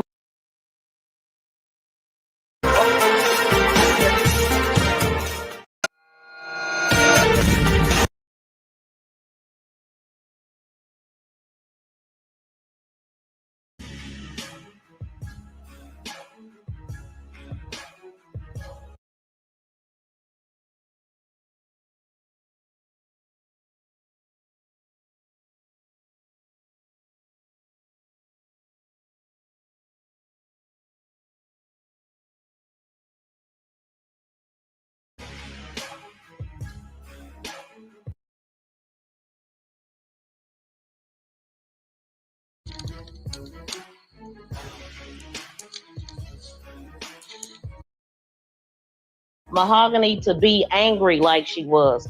Something caused maybe her and her mom relationship to February that she got unalive. Where was she staying at? It's a lot of people accusing her mother of being the cause of this. But from my understanding, Mahogany actually put her hands on her mother.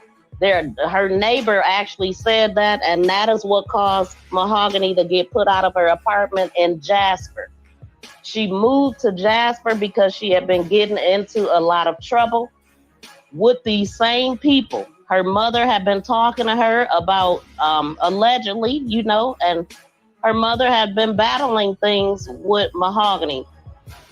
And if you have kids that are teenagers, or when they're teenagers going into adulthood, they think they know everything.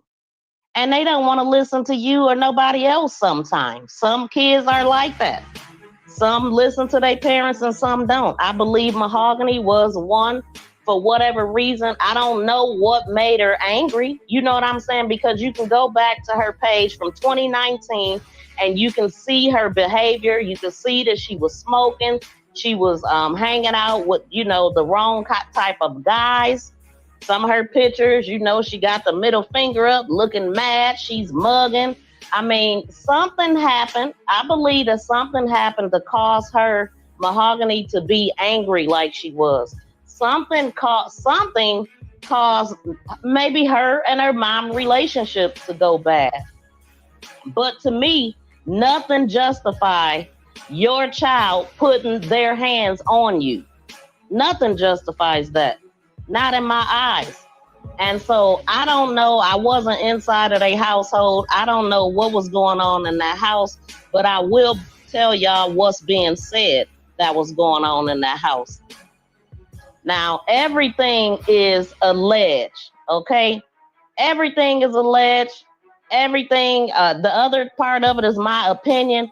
But when I tell y'all, it's so much to go through. And I want to say shout out to Miss Patty in the building. Thank you so much for driving and listening. Miss Patty will not be able to speak. That is okay. Thank you for tuning in.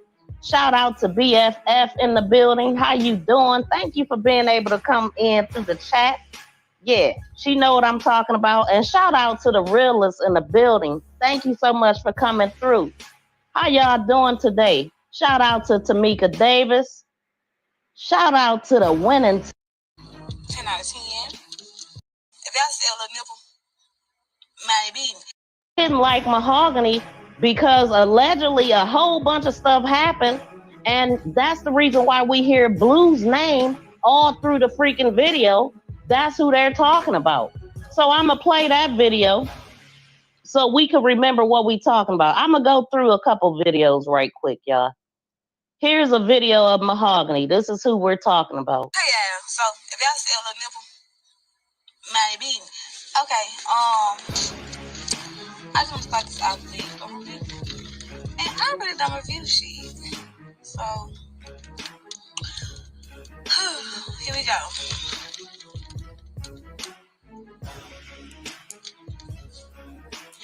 That was terrific treats. Good.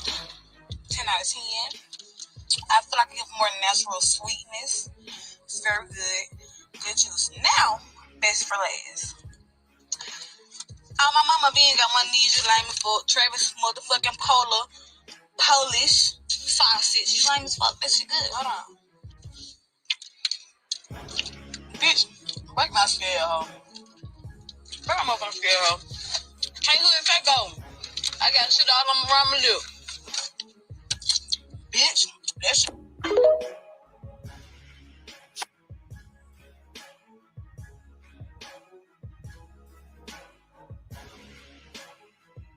Now, I definitely ain't mean for that big old TikTok thing to blame at the end, but that is Mahogany. That's who we talking about right now.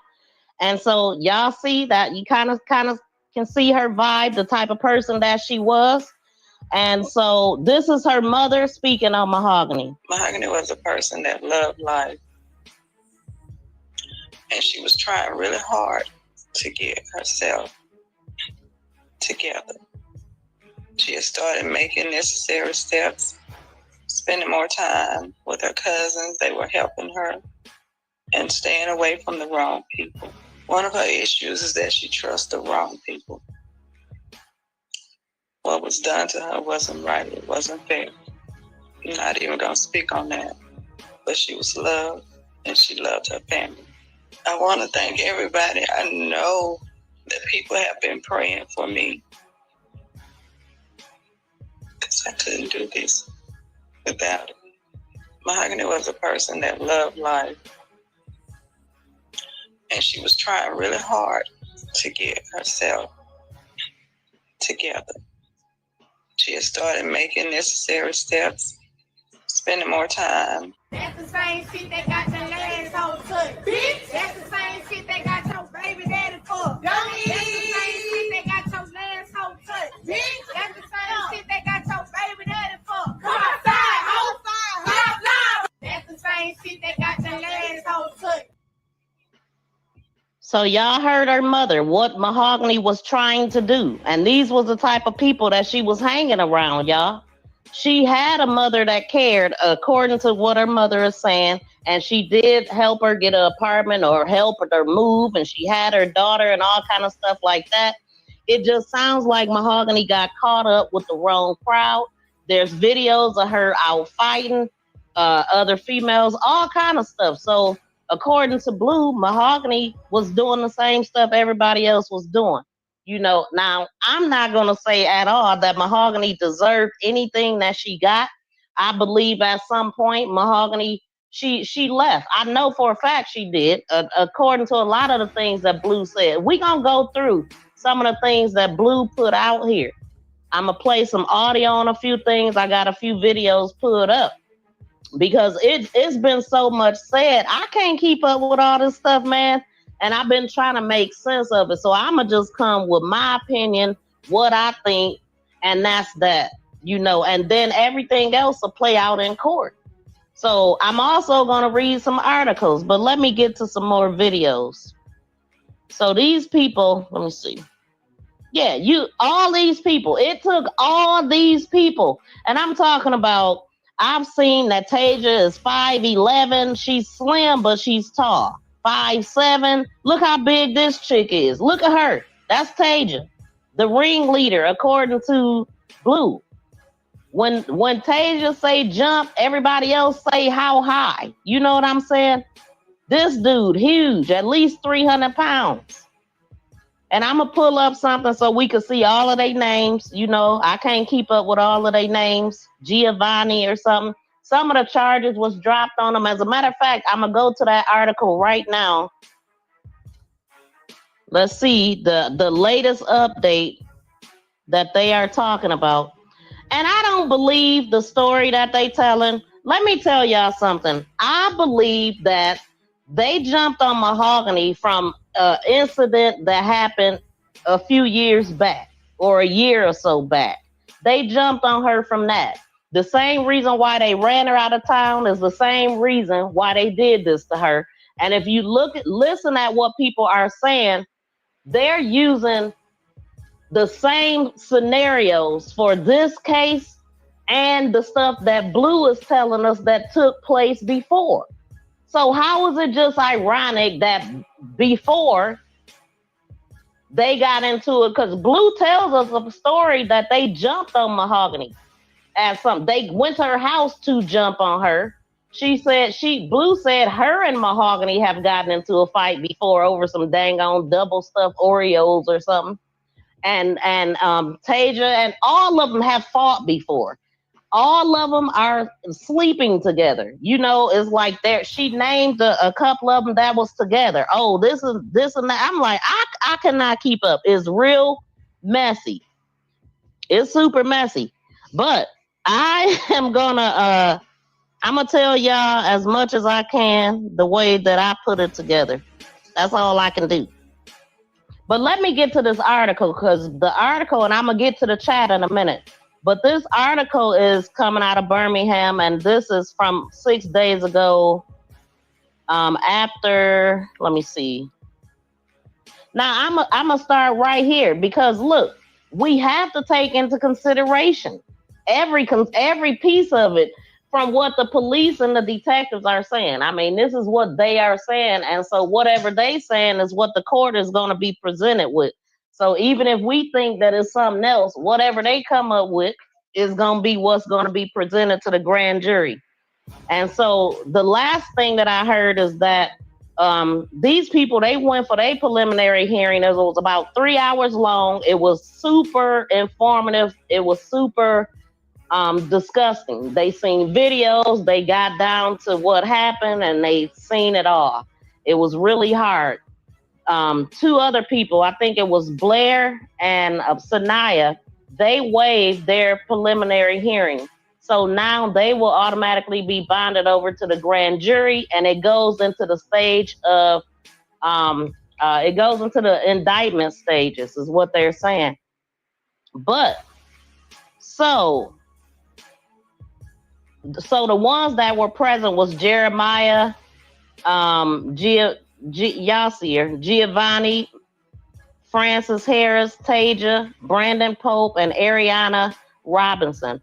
Sanaya and Blair did not appear, and like I said, they waived their preliminary hearing.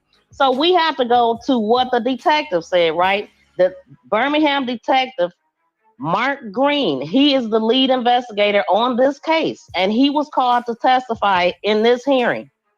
And given details, he was called to testify Wednesday, given detailed descriptions of the physical and sexual assault officers have seen in video Jackson's final hours leading up to her unaliving.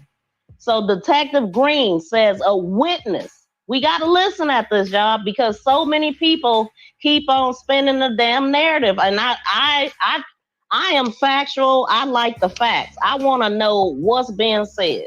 For real. I don't like rumors and all of that stuff because it just clouds my mind and my judgment.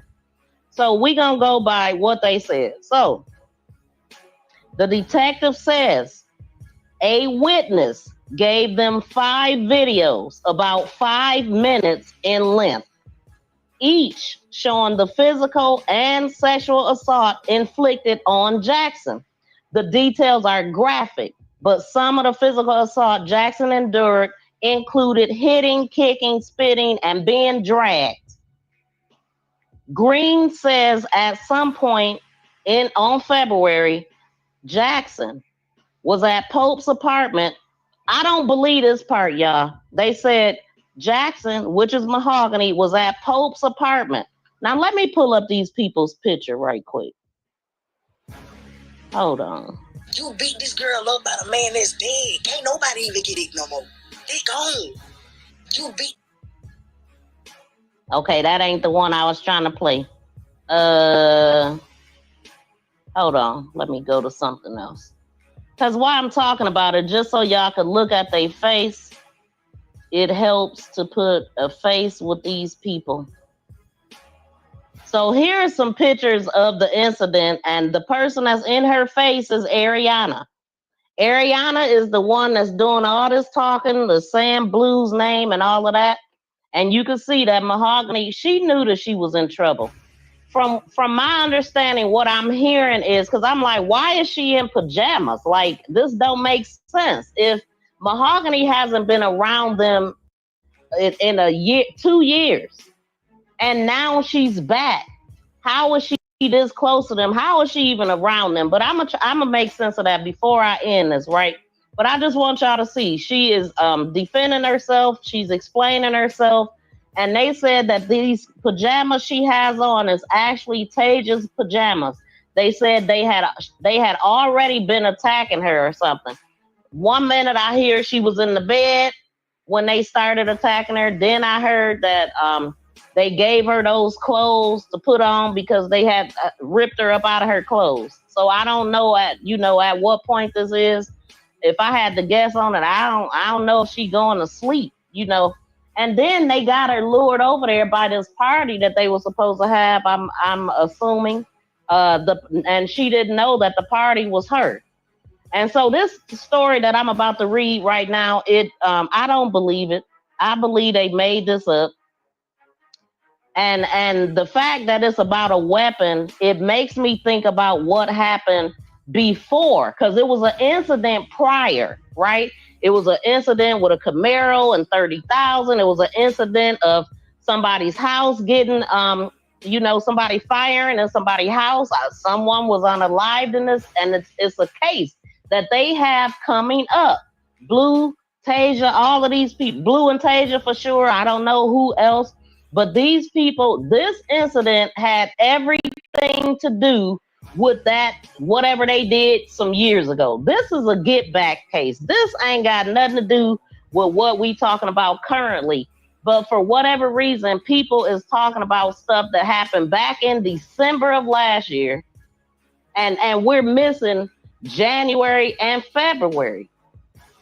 So we got December, like the neighbor is talking and telling us what happened. We'll get into that. I'm all over the place. So let me get back to where I'm at. Okay. So Green says at some point on February 25th, Jackson was at Pope's apartment. Mahogany was at Pope's apartment accusing him of stealing money and a previously stolen weapon from her purse. A previously stolen weapon. Okay? Keep that in mind. Now, at what point did Mahogany take this big old Brandon Pope? That's the big one that we just seen walking. He was the biggest one. At what point did Mahogany tell him to strip, and he actually did?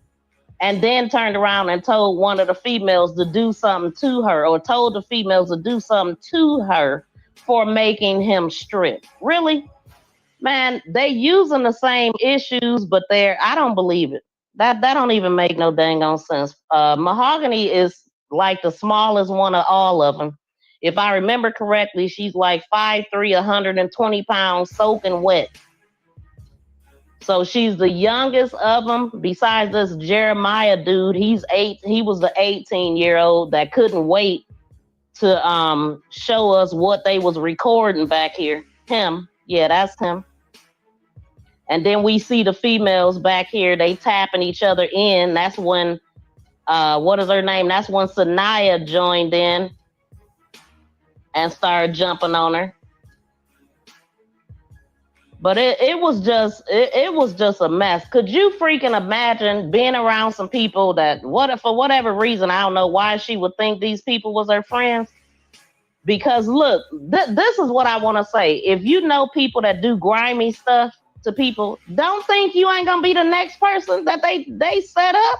If they are set up queens, what makes you any different? It sounds like they target the people that's around them.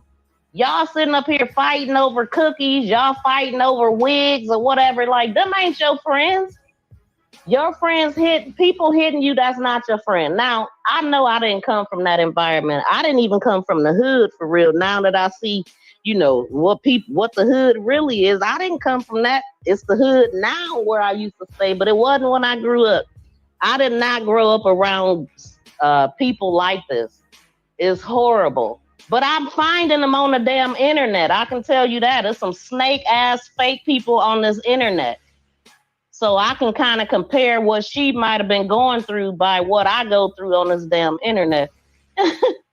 Yeah, let me look at the chat. He said, not wigs. Man, listen, this case is crazy. It's so crazy. I can't even really look at the chat like that. So I got to stay a little bit focused because there's so much I want to bring to y'all. But thank y'all so much for being here. Shout out to Bronze, too. Shout out to Commander in the building. Yeah, man, I'm just like, wow. I mean, so with Blue being all over the internet, she's telling all of these stories, right? Her main target is Tasia. Because her and Tasia, they were supposed to be the best friends. Let me start playing some of this stuff, but I'm looking at y'all comments. And feel free to drop down in the comments. Let me know what y'all think as I'm talking about it. And I'll get to the part where I look at all of y'all comments and we'll go from there. Welcome in, Dawn. So that's a good question. The police don't even have the timeline all the way. So they don't know this alleged attack, her making them strip and getting that and all of that, and the attack. How much time was it in between? Or did it even happen? I don't think it happened. Anyway, she had no authority in that house. She was the only one that everybody was against her. And when people see, one thing about people, especially us, it's a certain vibe you can get before, even if a person don't open their mouth, it's a vibe you can get when people don't like you. Or when people plotting against you. It's something that you can feel in the air. Because even if you got the main person who can hide their feelings and who can fake it, it's other people that can't, that make it so obvious. So I know that she had to feel the thickness of the bullshit in that room. Ain't no way she made this man strip. Ain't no way she made a fuss about it. If it ain't on tape, I don't believe it. So they said that they don't know how much time. And it also says Green says the physical assault on Jackson started outside of Pope's apartment on McMillan Avenue. Now that's where it started, but that is not. They took her to 3 different locations. Okay, so it started at Pope's house. So what? After she allegedly stripped him, did they then, okay, let's go to Taja's house? How did that happen? Did she go to Taja's house nicely? Because something already happened at the first residence. Why would she agree to go to the second one? It was already BS. So it sounds like they did what they did and they took her from there to Tasia House to do more. I don't know though. It's just a lot. So of the 5 videos turned over by the witnesses, Green says one video shows part of the assault at Pope's apartment and the other 4 were taken at Lewis's apartment. So if he attacked her, the first attack was at his house. Was that before or after he claimed that she made him strip? They assaulted her there. Man, anyway, they made that up. So of the 5 videos turned over by the witnesses, Green says one video shows part of the assault at Pope's apartment and the other 4 were taken at Lewis's apartment, which is the second location she was taken to. Green says the group split up. Let me put a picture back up so we could be looking at these names because I cannot get these names straight. At least we could be looking at them.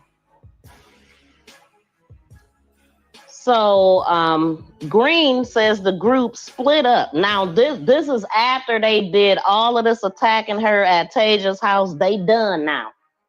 Everybody done. They did this for a good at least 24 hours. They did this to her. 24 hours at minimum, at least.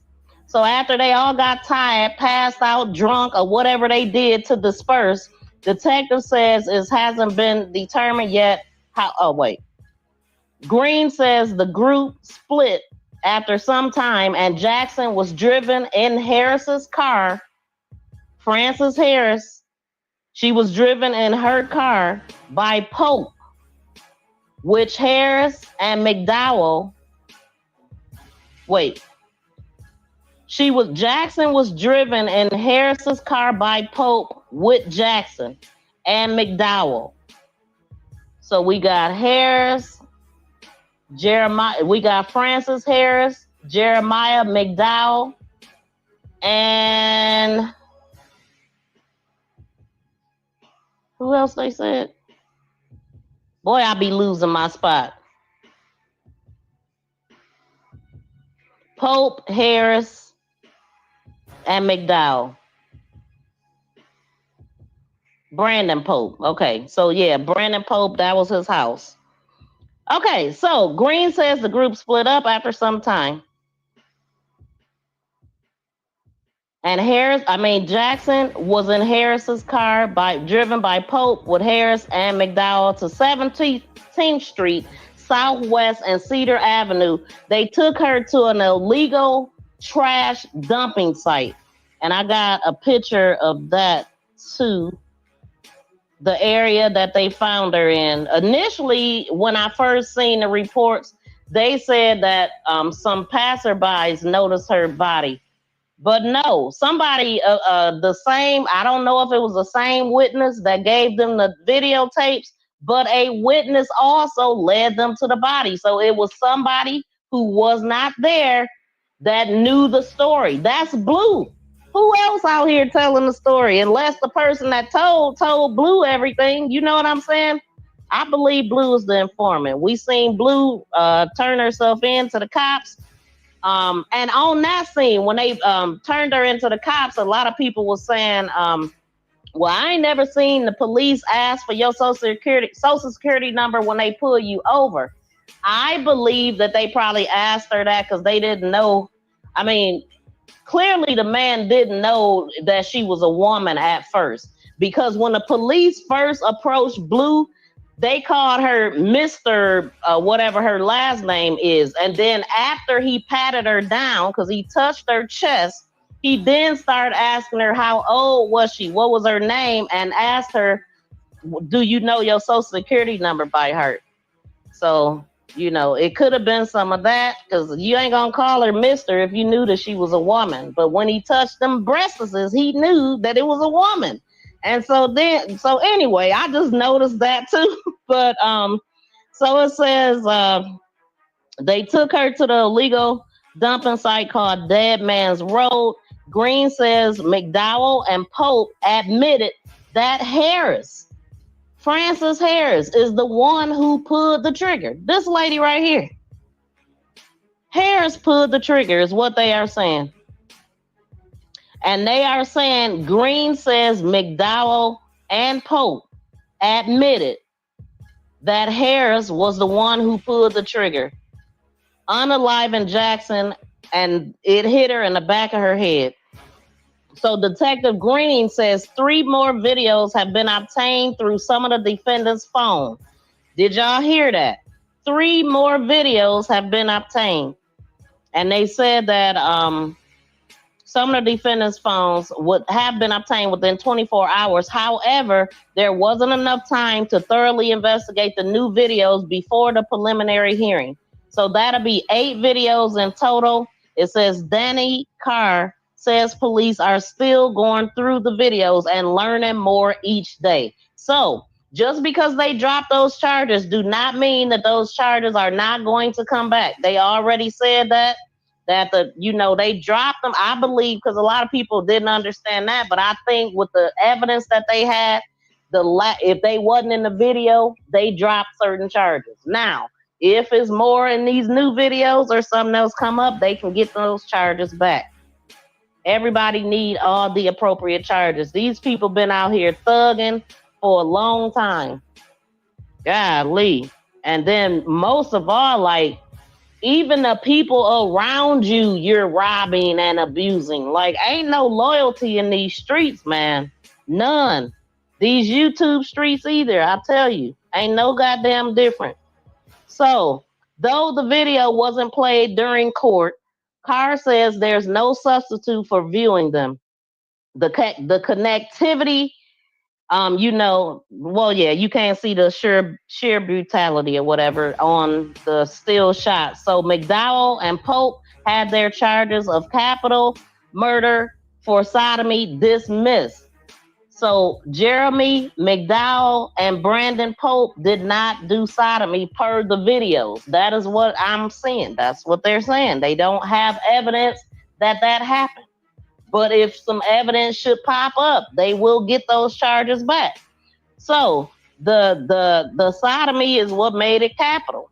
That's what they're saying, basically. So McDowell and Pope had their charges of capital murder for sodomy dismissed. So the assault charge against Clapp was dropped to a misdemeanor with a $6,000 bail. So Clapp right here, Giovanni Clapp. They don't have her on video doing all of these heinous things that they got these guys doing. And that's why they changed her charges. So the judge said any of these charges that were dismissed could be brought back up by a grand jury and additional new charges could be added. So no need to panic, y'all. We want the people to go down the way they should. And these idiots, but y'all know I'm saying that Blue could be the witness, which I really do feel like it. Like she like number one to me. But only thing that make me think, well, maybe not, because you would think if she was, the police would have told her to shut up, don't do nothing. And Blue been on everybody panel. She's been all over the internet doing interviews everywhere. That's why we got so much information. And so, let me see. And it says, Carr says his team knew it. Carr says his team knew it was a possibility some charges could be dropped without being able to see the full video. So that is why the charges were dropped. They did not see them doing that in the video. The people that got those charges, they actually witnessed it happening. They actually seen the act. Y'all are freaking disgusting to do this girl like that. And it was because she told Blue, man. It was because she told Blue that they was trying to set her up. She warned Blue. Now, when this happened is sketchy, because 1 minute I heard Blue say that Mahogany told her in February that they had been talking about setting her up. Blue also said that the fight that we seen with a girl with the blonde hair and a girl with red hair, they jumped on some female at a gas station that was sitting there. I think she was sitting there playing a game. They had got into it with this female before, and the female lied and said that they jumped her. So this time when they seen her, they actually did. So it wasn't Mahogany that they was fighting in that video. I reported that before, so I wanted to make that correction. That video was not them fighting Mahogany. It was them actually, Mahogany, Tasia, Sanaya, and probably somebody else. But I know those three were involved in that fight. They was fighting somebody together. Allegedly, that was supposed to be February 7th. That was supposed to be before Valentine's Day, which makes no sense to me. So it don't make sense to me that Mahogany would have gotten ran out of the city. She got ran out of Birmingham by them because I believe whatever she told Blue back, I believe she told Blue that, but it was back then. It wasn't recent. I believe that it happened with a old case. And I got some videos that's gonna give us some information on that too. Okay, so now let me play a couple more videos, and I'm gonna look at y'all comments too, especially when I play these other ones, because I'm gonna play some audio. Okay, so we gonna get into some of the things that has been said. I'm gonna just go down the line, however they fall. You beat this girl up by a man that's dead. Can't nobody even get it no more. They gone. You beat this girl up by a man that's dead. Can't nobody even get it no more. They gone. You beat this girl up by...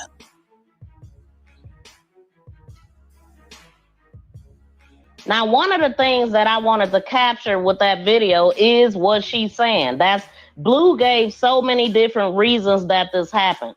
And so that's one of them. She's saying because of that. Now let's play this one. Tonight, new details in the death of Mahogany Jackson. 6 of the 8 suspects in court today. Thank you so much for joining us here at 6. I'm Brittany Decker. I'm Guy Rawlings. We've been following the Mahogany Jackson case. WVTM 13's Aaron Llewellyn, live and local in Birmingham tonight, outside the Jefferson County Courthouse. A lot of the details too gruesome to talk about, Aaron. Yeah, Guy, Brittany, the hearing today lasted for about 3 hours, and the legal teams went through the details of what led up to Mahogany Jackson's death and even uncovered some new details about her final moments, and some of it was too unbearable for her family to hear. Now, today we know that the defense attorneys claim that Jackson was at one of the suspects' house, Brandon Pope, and questioned him about a gun that she says was stolen and money that was also stolen from her purse at some point throughout the day. She even made him strip to prove he didn't have it. Now, Pope told Harris to do something to her because she made him strip. Now, the detectives working the case say Jackson was assaulted multiple times throughout the time she was being held against her will.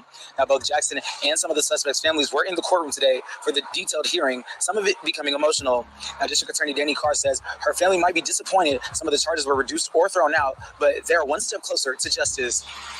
They understand the circumstances, but they also appreciate what we have in front of us, and they understand that this is a marathon and not a sprint. There's still a lot of work ahead of us, and we'll be there with them every step of the way and make sure that there's accountability.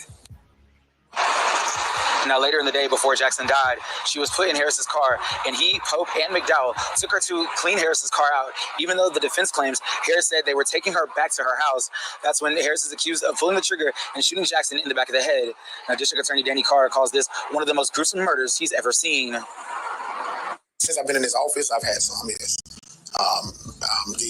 Some of y'all may be, I was young too at the time, but the Thanksgiving homicide at the Airport Inn Hotel, where 3 people were brutally murdered in the Airport Inn Hotel on Thanksgiving morning. I actually handled that case and tried it myself. That was a very brutal case.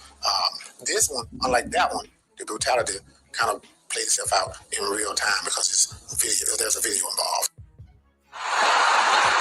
Now, this case is still being investigated, so new details could emerge in the coming days. And the things that are still being investigated are rape kits and ballistic results. Now, the 2 other suspects in this case are expected to be back in court for the same hearing on Monday. Tonight, new details in the death of Mahogany.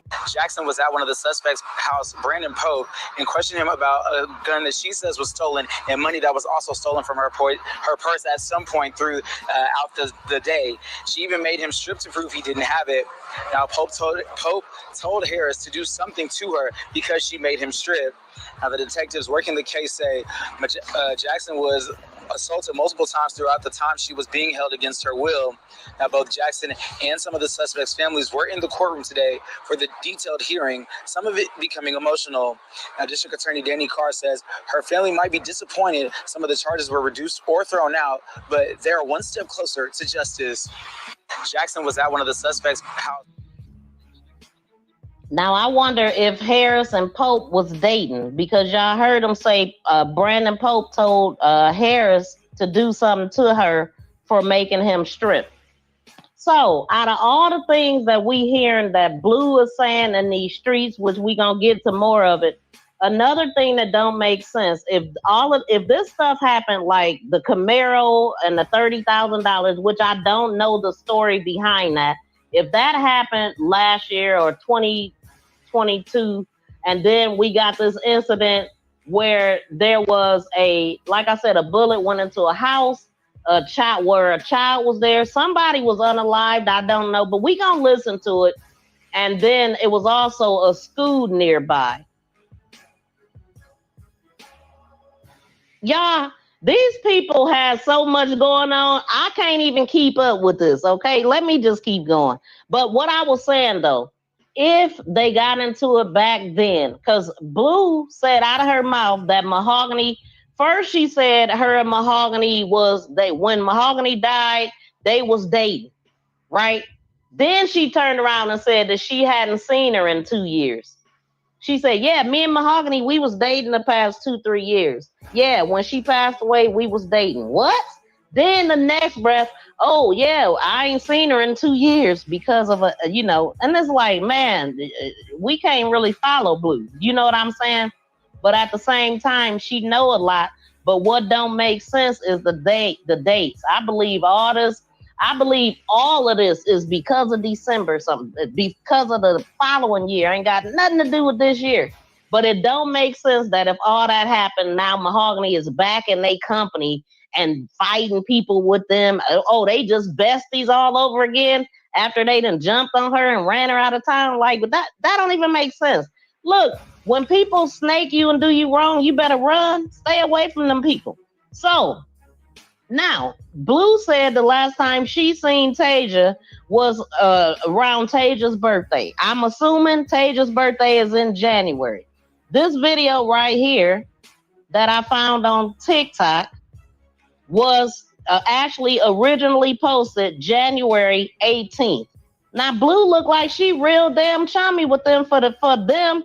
She's saying that Tasia done tried to set her up and all of this stuff. Look at Tasia having a good old time. They said she the ringleader. When she say jump, everybody like, how high, boss? I don't know what they sniffing, but I could assume it's some awful smells in that room. You know what I'm saying? But anyway, they love doing this dance, and they get real excited when they do the nose rub. That's like the best part of it. Look at that. Look, they jamming now. But anyway, a bunch of fake ass people hanging around each other, don't really like each other, ain't no loyalty in these damn streets. And I don't trust people like this. And you shouldn't either. Once somebody snake you, get the hell away from them, because all they trying to do is figure out how they can get your ass again. Okay? When people show you who they are, believe them. Blue, I don't trust Blue either at all, because that's snake behavior. Man, get out of here. When we get to the videos of all the stuff that Blue is saying about Tasia, it's gonna make sense. But let's get to the video at hand, right? The video, and I'm gonna turn the music down because I'm gonna start playing these videos. So shout out to King Miller. Shout out to Loving Me Tracy. Shout out to everybody that's entering the building. Like, I am so into this case, y'all. I've been busy watching this. You know what I'm saying? Hey, Miss V, just sub. Hey, Carmen, welcome in. Thank you so much for subscribing to my channel. We welcome you. So good to have a new person in the building. Really said, I wouldn't want to be around them fools. Exactly, me either. And if you smart, you definitely would not. Carmen, thank you. Hello, nice to meet you. Thank you so much, Commander. They look funky, don't they? stinking. Look at her. Got that old cast. I bet it's sweating and funky. Like, yeah, they all look stinking. That's a fact. I have no argument there. Okay, so the music. Let me please smack the thumbs up, y'all, and share it out if you will. We need to get more people in the building. But definitely it's some serious sense jumping around in that beat. Let me get to my music just in case. I always like for it to play so I can know when my earbuds disconnect. But okay, so this is the video that we've seen. Now, listen, y'all, I discovered something else at the very end of this video. When Ariana says, "You ain't talking, you piss me off, and I should smack you or something," I heard Mahogany say, "Lachey." And then she said, she was saying your name, so I ran it back to Tay. I heard that. Let me know if y'all hear it. Now, I ain't heard nobody else saying that, but I heard her say that in that video, and I was like, well, who is Lachey? And I know I ain't tripping, right? Because later on in the article, I found out that Ariana's middle name is Lachey. Now, Blue said Ariana and Mahogany never met in person before, right? So what we want to know right now is who went back and told on Mahogany? Who went back and told Tasia that Mahogany told that they was trying to set up Blue? Who did that? Well, you would think that maybe Blue ran back and told them. But Blue don't want us to believe that she went back and told them that Mahogany told her that they was trying to set her up, right? She don't want that on her hands. And I ain't saying that it happened because I don't know. But what Blue did say is that Ariana and Mahogany was on a three-way call. Now, mind you, y'all, this call happened before this incident. This happened prior. She said that they was on a three-way call. If I remember correctly, she said they was on a three-way call, and Ariana was on the call too. Ariana is the one that went back and told.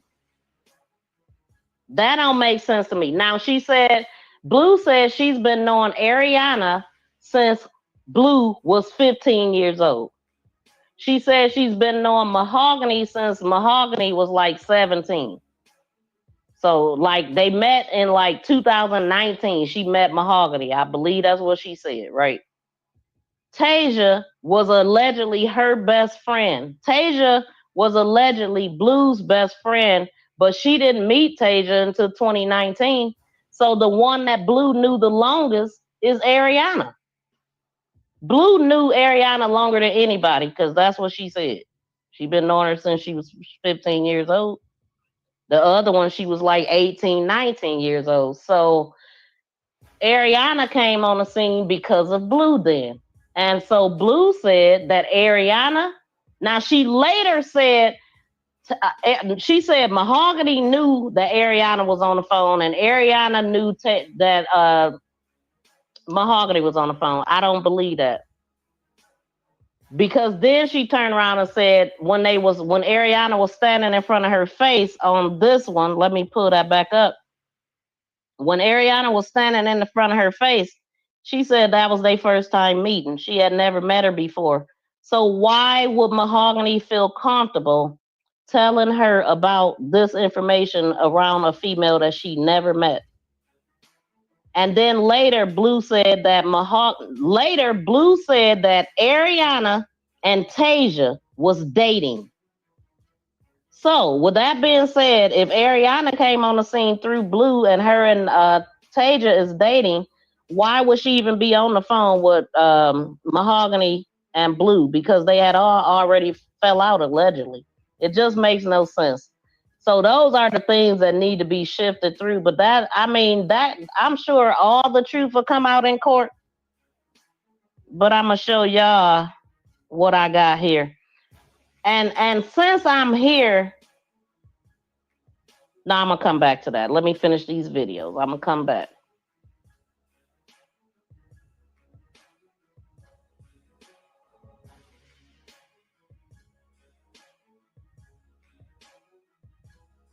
Give me 1 second, y'all. Please talk amongst each other. What do y'all think from what y'all heard so far? And I don't know if y'all been following this case outside of me, but what you heard so far, who do you think is the person that's telling the police all this stuff? Who gave the police all of the tapes and all of that? So we already heard Blue say that the reason why this happened is over some D. Okay, so that's one reason. She gonna give so many different reasons why this happened, though. So we gonna try to keep count of that. How many reasons did this happen? God dang. You beat this girl up by a man that's dead. Can't nobody even get it no more. They gone. You beat this girl up by a man. She said, I'm not Blue. Well, who is Blue?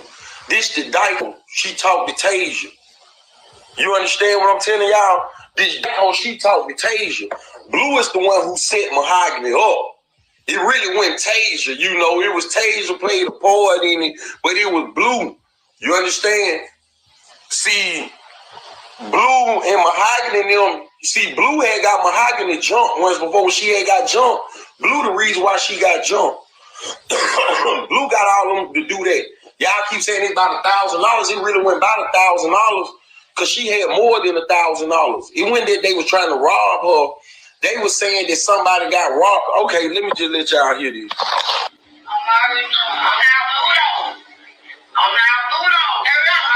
Then that fat hoe talking about show her what's in our blood. You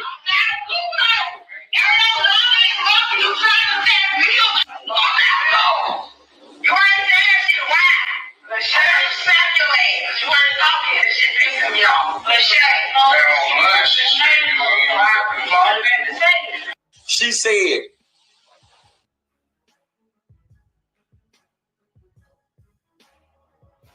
towards the end, y'all, she said Lachey. She kept saying your name, so I ran it back to Tay.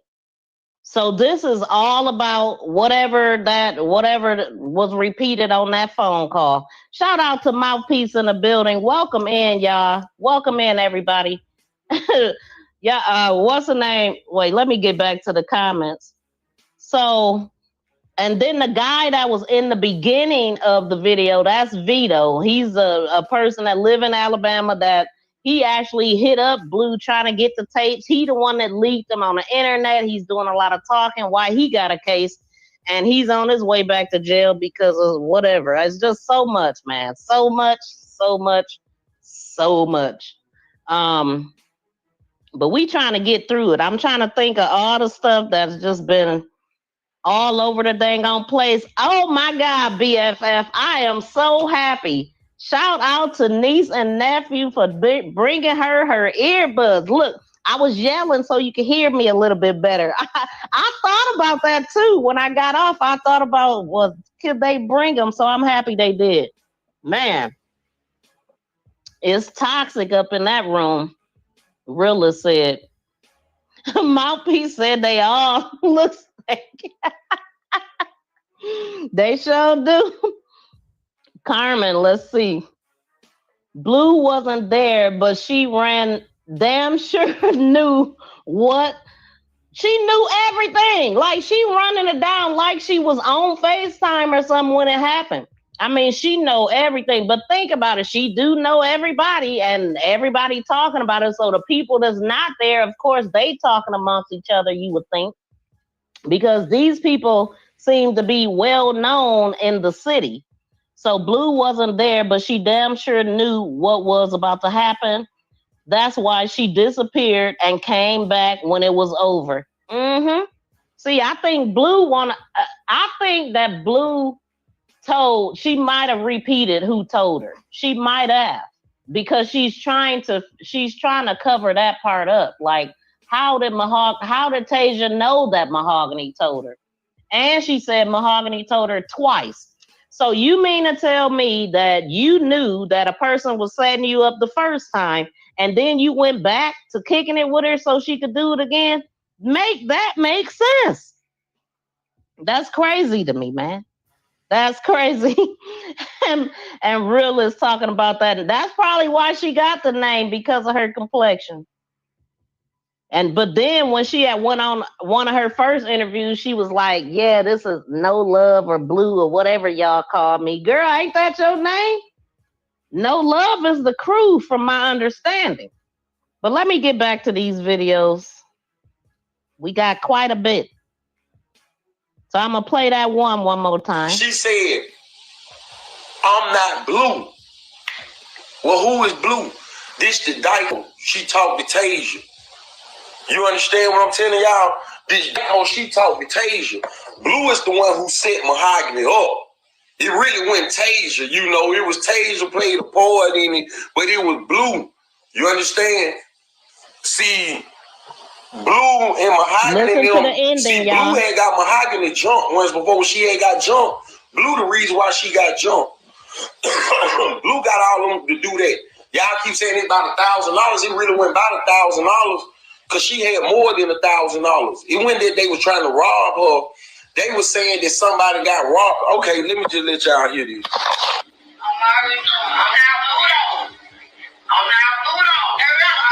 Then that fat hoe talking about show her what's in our blood.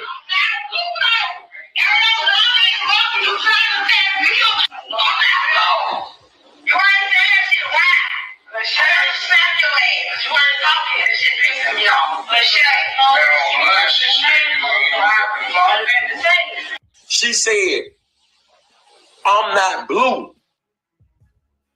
So I ran that back because I wanted y'all to hear that. Lachey. She was saying your name, so I ran it back to Tay. So she's explaining herself. So right there, Mahogany is admitting that she told something, right? But she's saying that she ran something back to Tay. She said, Lachey, she was saying your name, I ran it back to Tay. Well, what the heck? So Blue said that was their first time seeing each other in person, but she didn't say that was their first time talking or meeting on the phone or online. So that's the kind of stuff that I be talking about.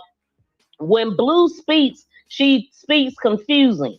And so just like, and then it's confusing to where some cases she did change the story. Some cases it's just confusing because she's saying she meeting her in person versus talking to her on the phone and knowing her, but just never seeing her. So anyway, here's another one. Tay live for social media. Anybody that know her know she live for shit. That's how she make her money. The whole sale shake ass on Facebook. That's how she make her money, bro. So all of a sudden now you delete your Facebook page after my friend come up missing, bro. Like some motherfucking tax money, you broke. Tay live for social media. Anybody that know. Okay, so number 2, she said tax money. The first one she said D, now it's tax money. Like it's so many reasons, right? And Blue also said in that same video, she said that Tay took her page down because those pajamas that Mahogany had on was hers. That's another reason why she said she took it down. Okay, here we go. I got a phone call that she was missing. I didn't hear about the FaceTime videos until after she had died. I got the phone call she was missing. Ooh, I ain't got my phone, so I can't tell you exactly. It was Saturday. I'm not going to call him her ex-boyfriend, but a guy Tasia had dealt with that's a good friend of mine, he called me because he knew that, you know, me and Mahogany we had started back, you know, dating. And he was like, man, have you been on Facebook? I said, no. What's going on? And he was like, Mahogany missing.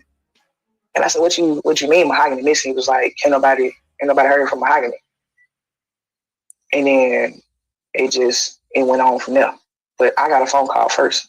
The post of her getting raped by 3 girls and 3 guys did not happen Saturday night. The post started going around after it came out that she passed away. All of this was after. I come in the picture after. I don't come in the picture before. I wasn't in the picture before.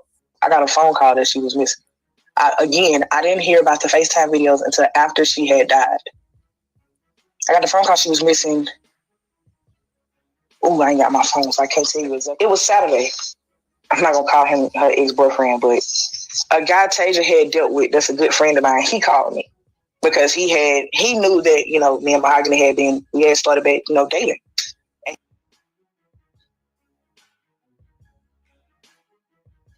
Now, y'all heard that story. It's several different stories on how she found out this happened. Now, this one, she said she found out on about the FaceTime videos after it had happened, and it was on Saturday.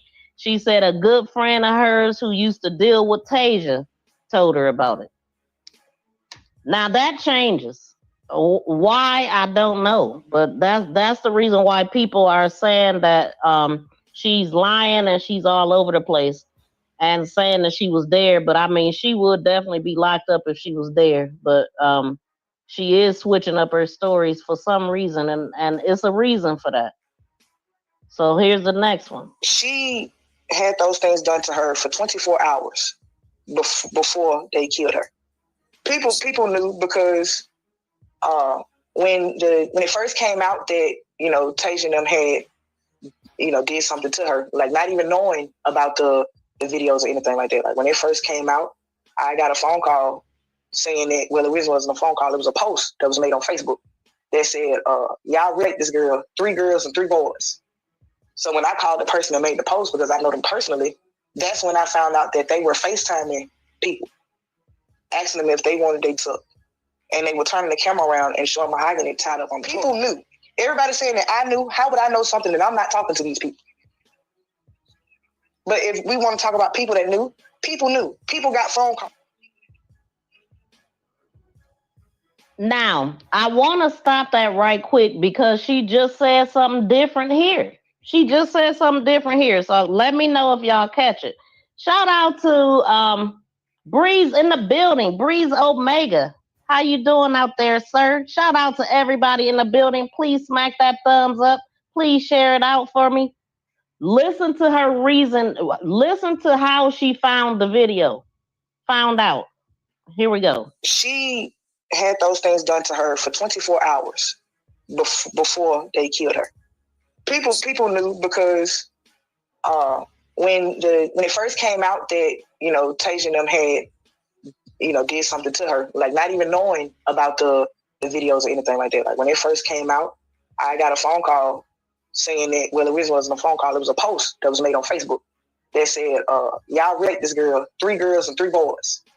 So when I called the person that made the post, because I know them personally, that's when I found out that they were FaceTiming people, asking them if they wanted they took. And they were turning the camera around and showing Mahogany. Did y'all hear that?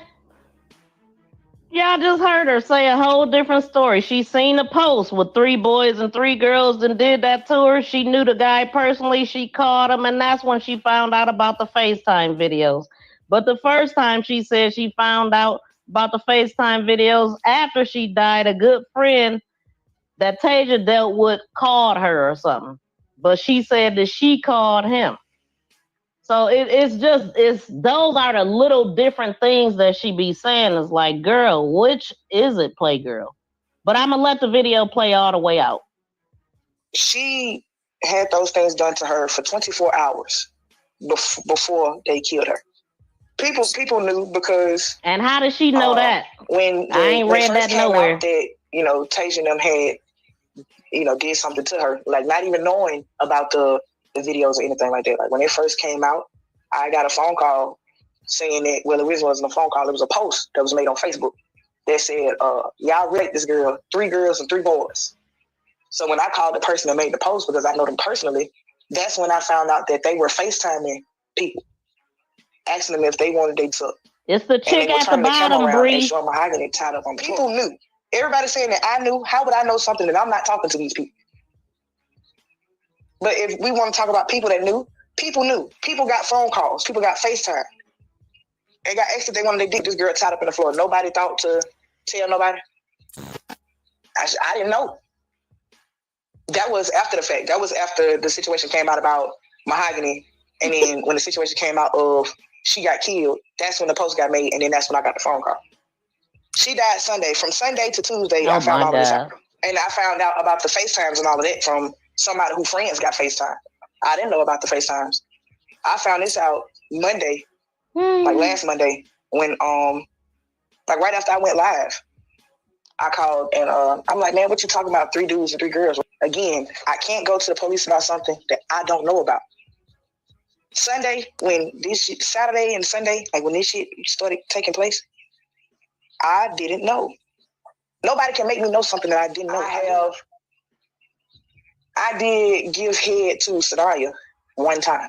This was December of last year. But I was not talking to Hatch at the time. She had those things done to her for 24 hours.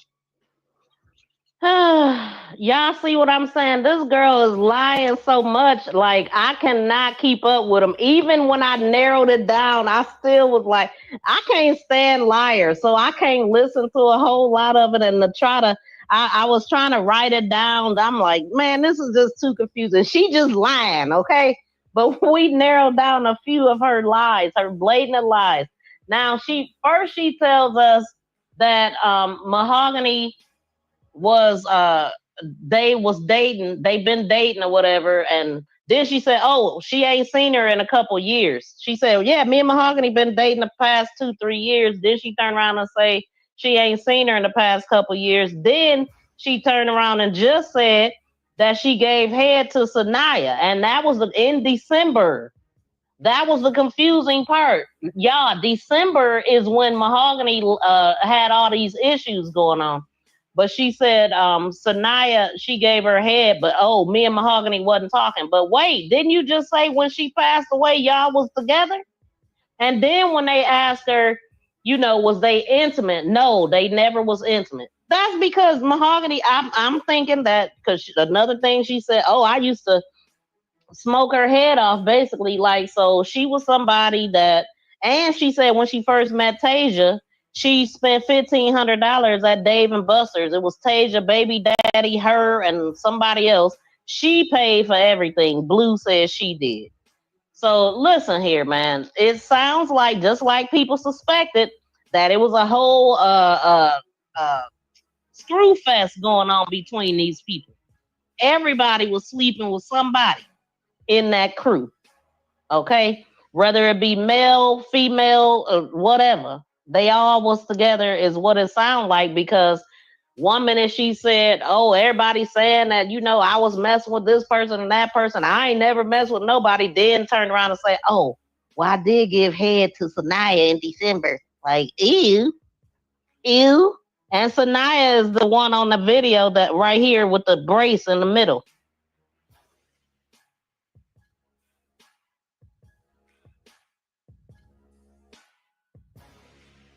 The most, all of them, I don't know which one looked the stankiest, but that's Sanaya, that's Blue, who's doing the talking. Breeze, you asked who was that talking? That's Blue. She telling the story. She know everything, and she ain't got nothing to do with none of it. But her name is being said in the main video that this woman got unalived for. She said, I'm not Blue. Well, who is Blue? This the dyke. She talked to Tasia.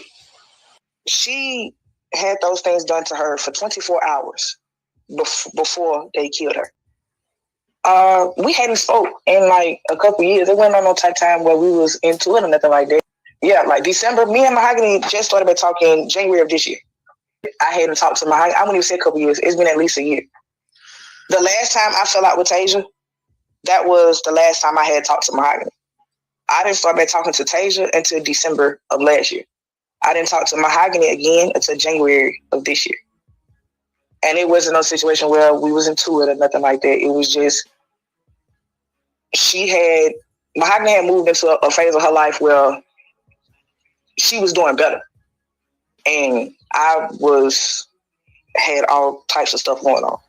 So it was just, we wasn't talking at the time. We were still, checking on each other and stuff like that, but we weren't talking on their FaceTime videos going around on Facebook. I got a phone call that she was missing. I didn't hear about the FaceTime videos until after she had died. I got the phone call she was missing. I ain't got my phone, so I can't tell you exactly. It was Saturday. I'm not going to call him her ex-boyfriend, but a guy Tasia had dealt with that's a good friend of mine, he called me. because he knew that, you know, me and Mahogany we had started back, you know, dating. And he was like, man, have you been on Facebook? I said, no. What's going on? And he was like, Mahogany missing. And I said, what you mean Mahogany missing? He was like, ain't nobody heard from Mahogany. And then it went on from there. But I got a phone call first. The post of her getting raped by 3 girls and 3 guys did not happen Saturday night. The post started going around after it came out that she passed away. All of this was after. I come in the picture after. I don't come in the picture before. I wasn't in the picture before. We hadn't spoke in like a couple years. It wasn't on no type time where we was into it or nothing like that. Yeah, like December. Me and Mahogany just started by talking January of this year. See what I'm saying? First a couple years, then I wouldn't even say it was a couple years. It was a year, and when she found out, it's just, why is you lying? You know what I'm saying? Anytime the story keep changing, it's a goddamn lie. So you just heard her. She said she started back talking to Tasia in December, and she started back with Mahogany in January. Now, how ironic that they hadn't talked. Now, she just said she ain't talked to her in a couple years, and it really was, because this happened in like 2022 when all this stuff happened, and Mahogany was ran up out of Birmingham. She went to Jasper, and her mother, allegedly, Mahogany and her mother got into it. Allegedly, Mahogany put her hands on her mother, and her mother called the police on her. Because she was staying in a low income, that caused Mahogany to lose her apartment. That happened in December. She lost her apartment. So that would make sense, y'all, that in December that Mahogany went back to Birmingham because of that. And there's also a neighbor that came out speaking and saying she was showing text messages. We seen the text message of Mahogany has sent to her mother in December saying, Ma, I'm ready to do right. I'm ready to do this and that. And so by that time, I don't know. She said too, at some points in some of those messages, she said that she didn't have a mother at this time. They wasn't talking. She said she wanted to unalive herself, and she said maybe her mother would be happy if she did that. So her mother probably was fed up with her. I don't know if she was answering her calls or not. She said they wasn't talking. I don't know if she attempted to call her or not. But sometimes when your kids is so dang on disrespectful, sometimes you don't want to talk to them because they don't know how to talk. And you don't want to be disrespected by a child that you brought into this world. Now, I ain't saying, I mean, that's just another way to look at it, because you're grown at this point. You're 20 years old. You don't have to be in my house. I'm not going to deal with your disrespect. And I got your daughter, and we good. I've been talking to you for years, trying to get you to do the right thing, and you keep choosing to do the wrong things. And I'm just tired of it. You're going to have to figure it out, type of thing. Maybe her mother was there, but I'm not about to sit up here and blame her mother.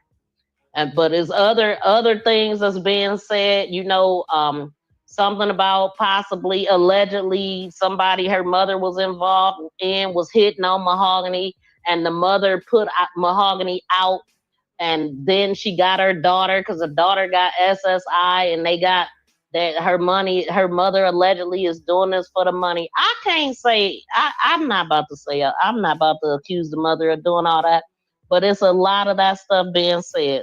So here's another video. Me and Mahogany had been talking, dating off and on for probably about the last 2 or maybe 3 years. When Mahogany passed away, we were talking. If something was said that I didn't know about, she would always call me and tell me, like, no matter who said it. Me and Mahogany had been talking, dating off and on for probably about the last 2 or maybe 3 years. When Mahogany passed away, we were talking. If something was said that I didn't know about, she would always call me and tell me, like, no matter who said it. Me and Mahogany I got a phone call that she was missing. I didn't hear about the FaceTime videos until after she had died. I got the phone call she was missing. I ain't got my phone, so I can't tell you exactly. It was Saturday. I'm not going to call him her ex-boyfriend, but a guy Tasia had dealt with that's a good friend of mine, he called me. Because he knew that, me and Mahogany we had started back, dating. And he was like, man, have you been on Facebook? I said, no. what's going on. And he was like, Mahogany missing. And I said, what you mean Mahogany missing? He was like, ain't nobody heard from Mahogany. Yeah, so y'all see the contradictions that she is constantly contradicting herself. So when people do that, it's a lie. It's some information that she's leaving out. And for whatever reason, I don't know why, she wants us to believe that this is current stuff. But this stuff, they getting on Mahogany from whatever she did years ago, before December of 2023. All of this stuff. Because if you think about it, she just saying, or 2022, I believe. No, I believe something happened in December. Well, in December, Mahogany got put out of her apartment, but I don't know when she left Birmingham to go to Jasper. I don't know that exact date. But Blue did say that the last time she talked to Mahogany was on Valentine's Day. And so Blue is trying to say Mahogany told her this stuff on Valentine's Day, the last time she talked to her or something. And she was telling her, man, why is you hanging around these folks after the stuff they did and all of that? But you're hanging around them, dancing and having a good funky time. You know what I'm saying? A funky good time. But what else I got here? She had those things done to her for 24 hours before they killed her. We hadn't spoke in like a couple years. It wasn't on no type time where we was into it or nothing like that. Yeah, like December, me and Mahogany just started. Me and Mahogany had been talking, dating off and on for probably about the last 2 or maybe 3 years. When Mahogany passed away, we were talking. If something was said that I didn't know about, she would. Learning who police believe fired the shot that killed Mahogany Jackson. Our Jen Horton, and they're in court as 6 of those 8 suspects were in court today, Jen. And Jonathan, this is one of the few things that we don't have on camera. One of the few things that happened to Mahogany Jackson that police just don't have cell phone video of. Frances Harris reportedly pulled the trigger. This is Mahogany Jackson, the victim. And tonight we know that she endured significant violence before she was shot in the back of the head. The majority of those police say are responsible in court today for a preliminary hearing. The suspect showed no emotion while the state went frame by frame on a lot of that cell phone video taken of Jackson being kidnapped, stomped, drugged, stripped, and sexually assaulted. The connectivity, the sheer brutality, the barbaric nature of it. You can't substitute that by just still photos. The judge bound over the majority of those counts, which will now go before a grand jury. The forensic and ballistic evidence is still pending, including the bullet that was recovered from Jackson's body. Learning who police believe fired the shot that killed. The Camaro in the 30,000, that was 2021. You can go on my Facebook page. I shared it. That was July the 2nd of 2021. The Camaro in the 30,000, that was 2021. You can go on my Facebook page. I shared it. That was July the 2nd of 2021. July the 2nd, 2021, that was an incident that they had, and then something else happened. That was the incident where she had that money. I think Mahogany told her that they was trying to set her up then, and then again in 2022. So you go back around these people that you know trying to get you out of here. That don't make no dang on sense. But it wouldn't make sense to me because I don't deal with people like this ever. Not ever in life have I ever, never.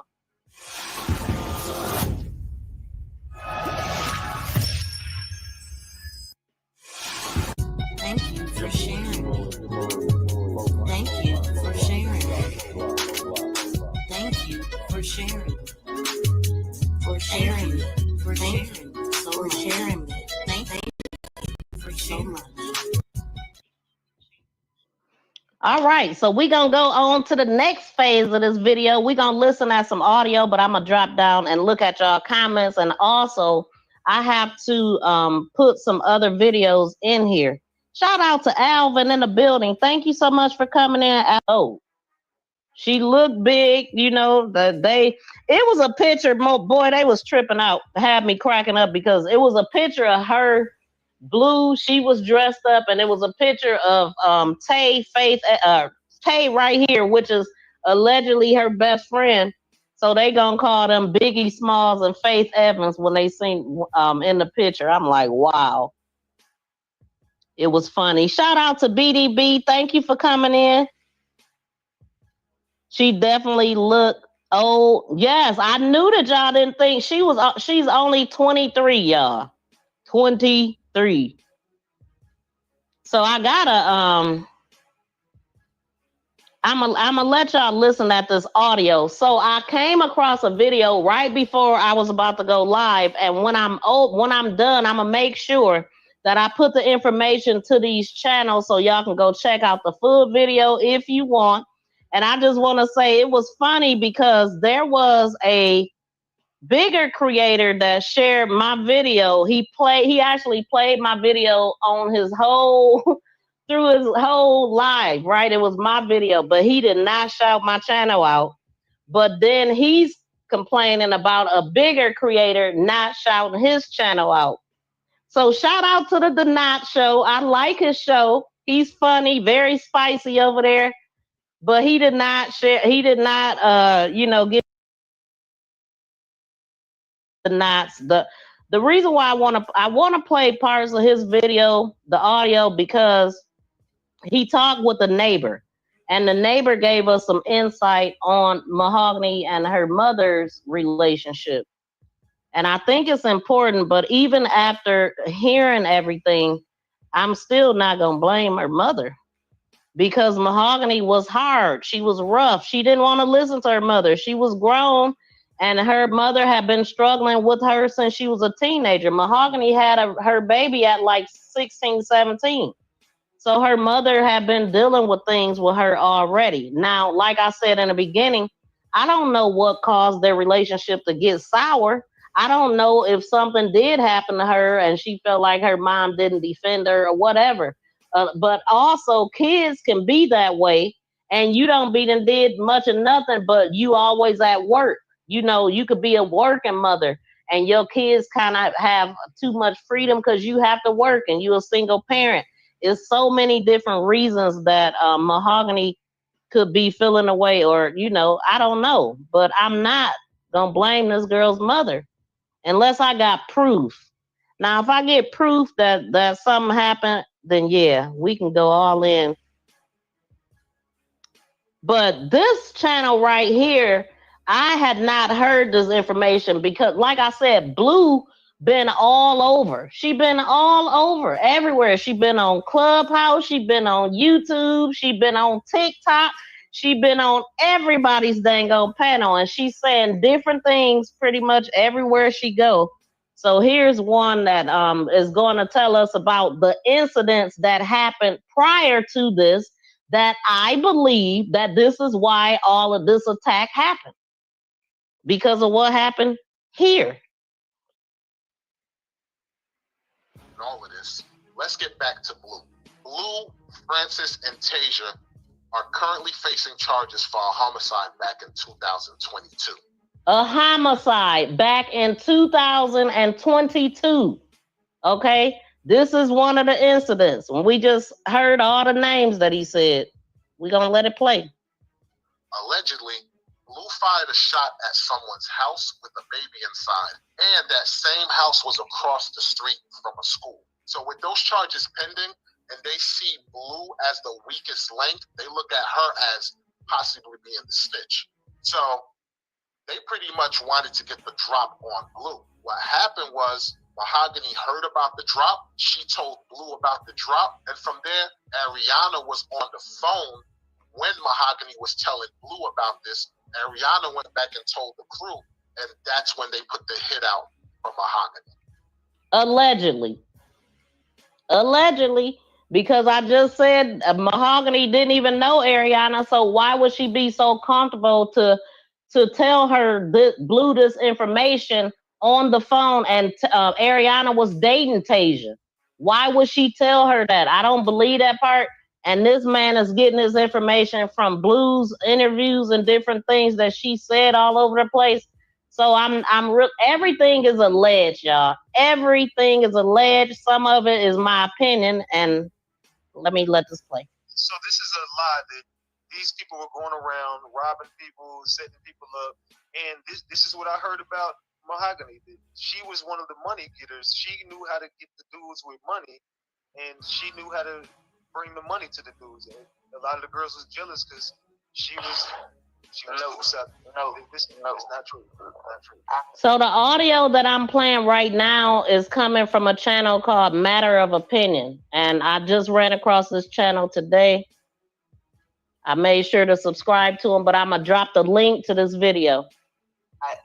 I ain't gonna say it's not true, but how people are portraying it is not true.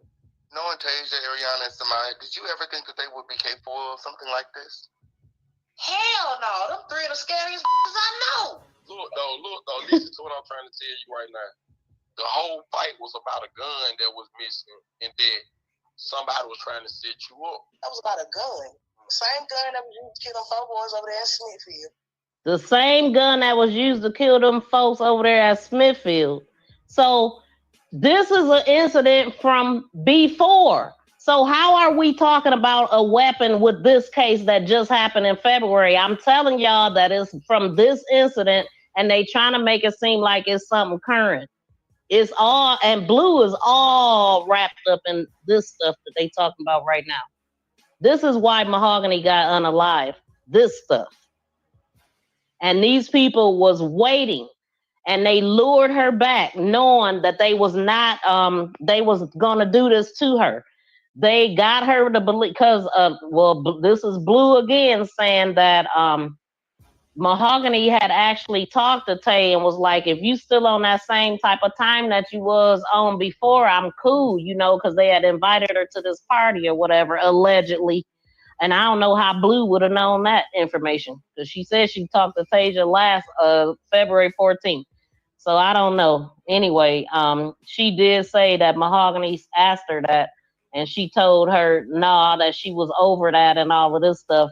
But now we're listening that Brandon Pope want us to believe that Mahogany made him strip and something about a gun. Now, even in the news reporting, they said the weapon was from previously. So we talking about the same stuff, y'all. But anyway, the timeline, I'll be glad when we get a timeline and all the facts. But that's what I think. This is not no current beef. This is back in the day, 21 and 22 beef. From her, Blue just said that Mahogany, well, she said at some point that Mahogany she told her twice. And we now know about the Camaro and the $30,000 that happened July of 2021. And now we got this incident that happened in 2022. And I also believe that that's where this mugshot came, this mugshot comes from. Let me throw this overlay here, because I had showed this before. It's a mugshot with Tasia, and the date is 2022. Right here. I believe this is when that incident happened that we're listening to right now. I don't know what she was arrested for. But it say right here that she's 5'7", but I seen somewhere else that she's 5'11". And so if Sanaya is 5, I think they said Sanaya is 5'7". So Tasia will have to be 5'11". She's tall. The girl is pretty tall. But yeah, that's what I think that mugshot was about. So another thing I gotta do, I gotta put the new videos in. So hold on. But I'm gonna let this play while I'm doing that.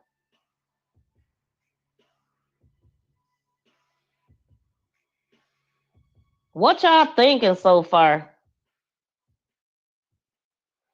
Blue know everything and don't know nothing. Okay, here we go.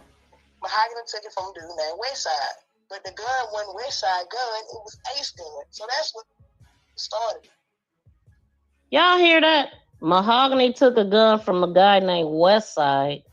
Hold on.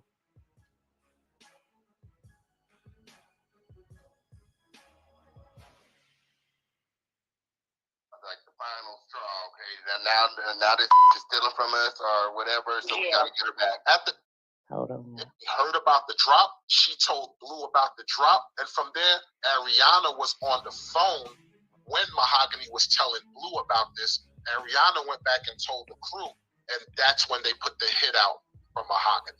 So this is a lie that these people were going around robbing people, setting people up, and this is what I heard about The Mahogany. Camaro in the 30,000. That was 2021. You can go on my Facebook page. I shared it. That was July the 2nd of 2021. The Camaro in the 30,000. That was 2021. You can go on my Facebook page.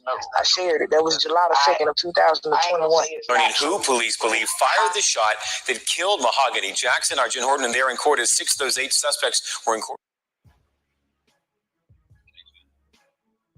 My fault, y'all. Give me a few minutes because I'm trying to delete these and do different things, but it ain't letting me be great with that. Had those things done to her for 24 hours.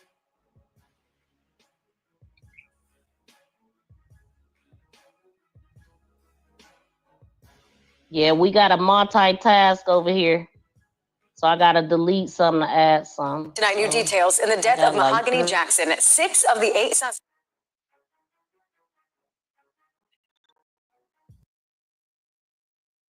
And I happened to look down because I smelled a little smoke. Why was my dang on charger smoking, about to catch on fire? I had to grab that boy and throw it out the window. I see videos of, you know, how she is and stuff. And she got involved with some people that was way more hood than her. You know, I don't know what Mahogany was running from. I don't know what she was upset about. I don't know nothing about her and her mother relationship besides, you know, the stuff the neighbor told us. So that's something. I'm gonna go to the videos that the neighbor is talking. And she gave us some insight on Mahogany and what she was going through and how the type of person that Mahogany was. Like, she was the type that would cuss you out. This neighbor who didn't owe Mahogany anything, you know, Mahogany hadn't been in Jasper that long. And the neighbor, like, helped her out, like, allegedly. And this ain't allegedly because it's text messages that Mahogany, matter of fact, let me go to the text messages first. Because Mahogany was, these messages was after Mahogany had got out of jail and her mother had called the cops on her. Dude, I hope I record. Wait a minute. Oh yeah. So here's a message that I got from the same video that I just played, and this says, and I don't have no dates on it, and I don't know if there's comments or whatever, but this is some of what people are saying.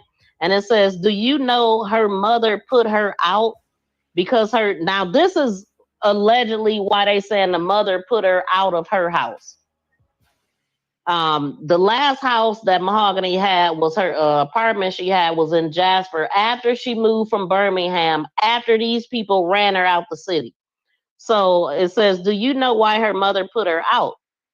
Because her fiance was trying to hit on her and her mom knew it. Also, she called and got her evicted and her daughter was taken away from her, and it's way too deep and sad. This is what's being said. It says the baby was getting a SSI check, and this was all a play to get her out of the way. So they trying to make her mother out to be this person that she grimy. She want to take the granddaughter, not because she love her daughter and want to make sure that her granddaughter is safe because she know her daughter is out of control, but they're saying that she took her for money and all of this kind of stuff. And those are the kind of things that I will not let come out of my mouth because I don't know that. I don't have no proof of that. I don't. But clearly it was something going on at the house. It was something. It was a reason why Mahogany was evil like that. Maybe something. It was something. So think about this. The one safe haven she had at that apartment in Jasper. So when her mom got her put out. So she had to go back to Birmingham. but certain people knew she had money before she got there. But how did they know is the question. So that's another theory, is that they're saying that they did this, money came up missing, which that actually was on the reports. The news reported that it was because of a gun and some money that came up missing out of her purse. Allegedly, she had money. First I heard it was from her mom, then I heard it was from taxes. I really don't know. I heard they took money and cash app themselves from her account. I heard it was cash. It's just so much. What is the baby touched in the head? I mean, so a lot of these kids have different issues, autism or whatever. I've seen pictures of her. Maybe it's something going on.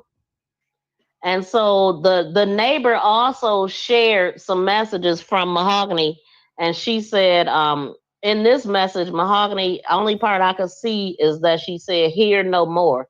And Mahogany was saying that she didn't want to be here no more. She wanted to die. That's what she was saying. This was in December, y'all. You got to be careful what you let come out of your mouth also. And so the neighbor said, after she said something about not wanting to be here no more, she said, "This is just a small moment in time. 5 years from now, you're not even going to remember this. But you have to start keeping your calm and composure. Keep calm and composure when you're upset." And she said, then that's when Mahogany said, "I want to die, bruh. Maybe, she'll be happy then." And this is for educational purposes only. We just reporting the news. This is educational purposes, news reporting, and awareness. You know what I'm saying? It is not intended to shock anyone. That is not what we want to do. But we do want to be a part of the solution and not the problem. And so the neighbor said, "Give your mom some grace because she struggles a lot too. If your mom didn't love you, she wouldn't try to hold you accountable." That's real love. So this is the neighbor that we are about to listen to. And these screenshots is coming from the Matter of Opinion, but they originally came from the D3ath show, because he's the first one that got the exclusive interview from the neighbor. And so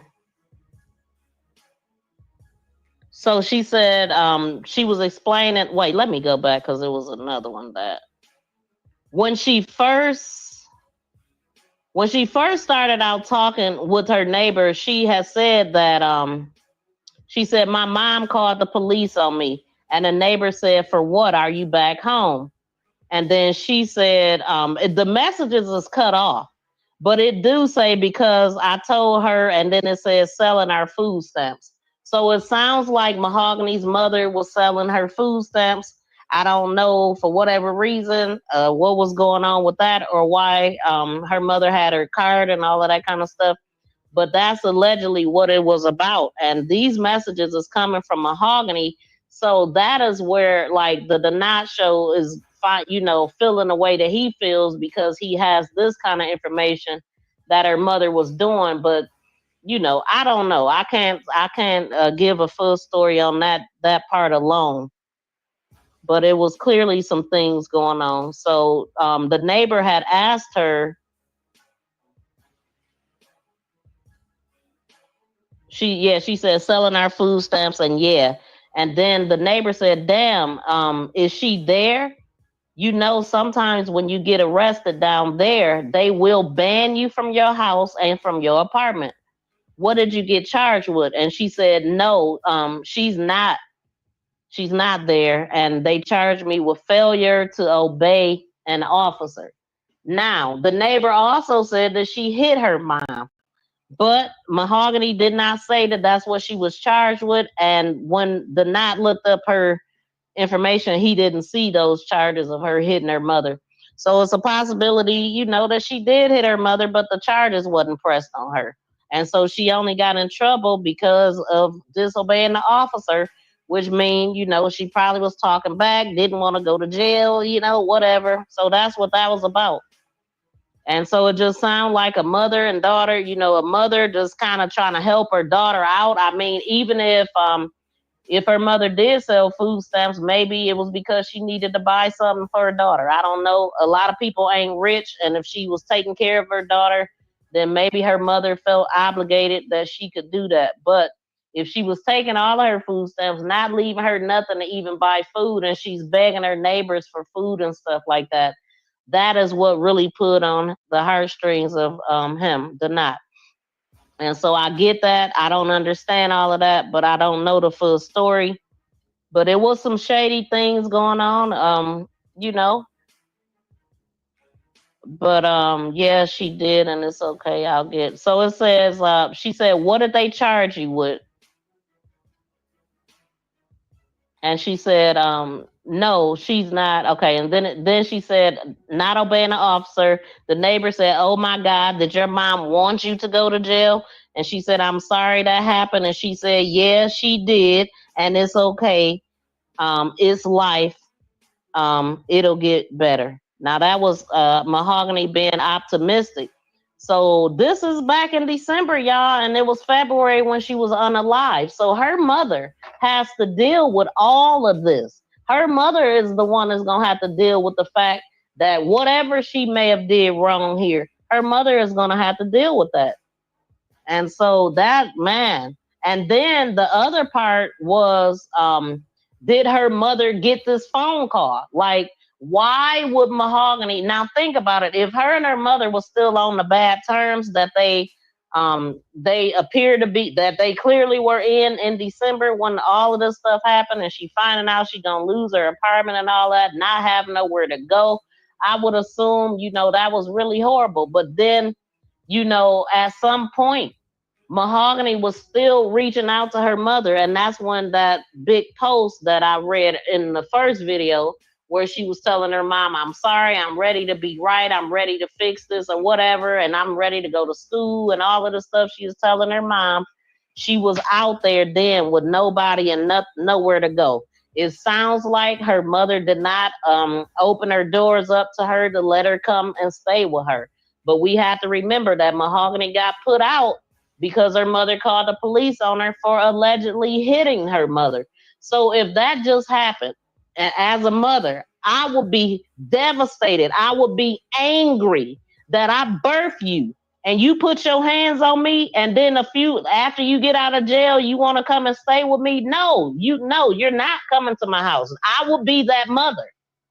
You goddamn right, because you're grown at this point. You don't respect me. I've been telling you this, the right thing, for all of these damn years, and now you put your hands on me? No, you can't come to my house. I got your daughter. I'm going to take care of your daughter. But you going to have to figure it out. You know why? Because parents believe, and I believe, tough love. Sometimes you got to give it to them. You got to help them bump their damn head so they can figure it out. Now, I'm sure that she did not want her daughter to be unalive. I'm sure she didn't think that that was going to happen. That's my opinion. Okay? But you ain't no damn way you going to sit up here and put your hands on me and I'm your mother. No, you ain't coming to stay with me, because you should have did the shit you supposed to been doing. I'm just saying, that's how I think. I'm big on respect and loyalty and all of that. And as my child, I wish the hell you would put your hands on me and then think you gonna come and live with me. Now, that is if that's what happened. I'm just wondering if Mahogany mom just didn't know how to be a good mom, like a lot of black women. It ain't just black women period. People, fathers period. It ain't just women. It's a lot of bad parents out here.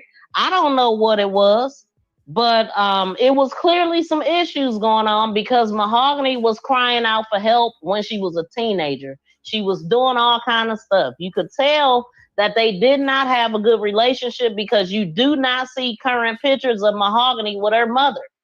You don't. So they definitely had some problems. But I'm just not prepared to put it all on the mom. Mom was out of pocket. So Bree said mom was out of pocket for selling her food stamps.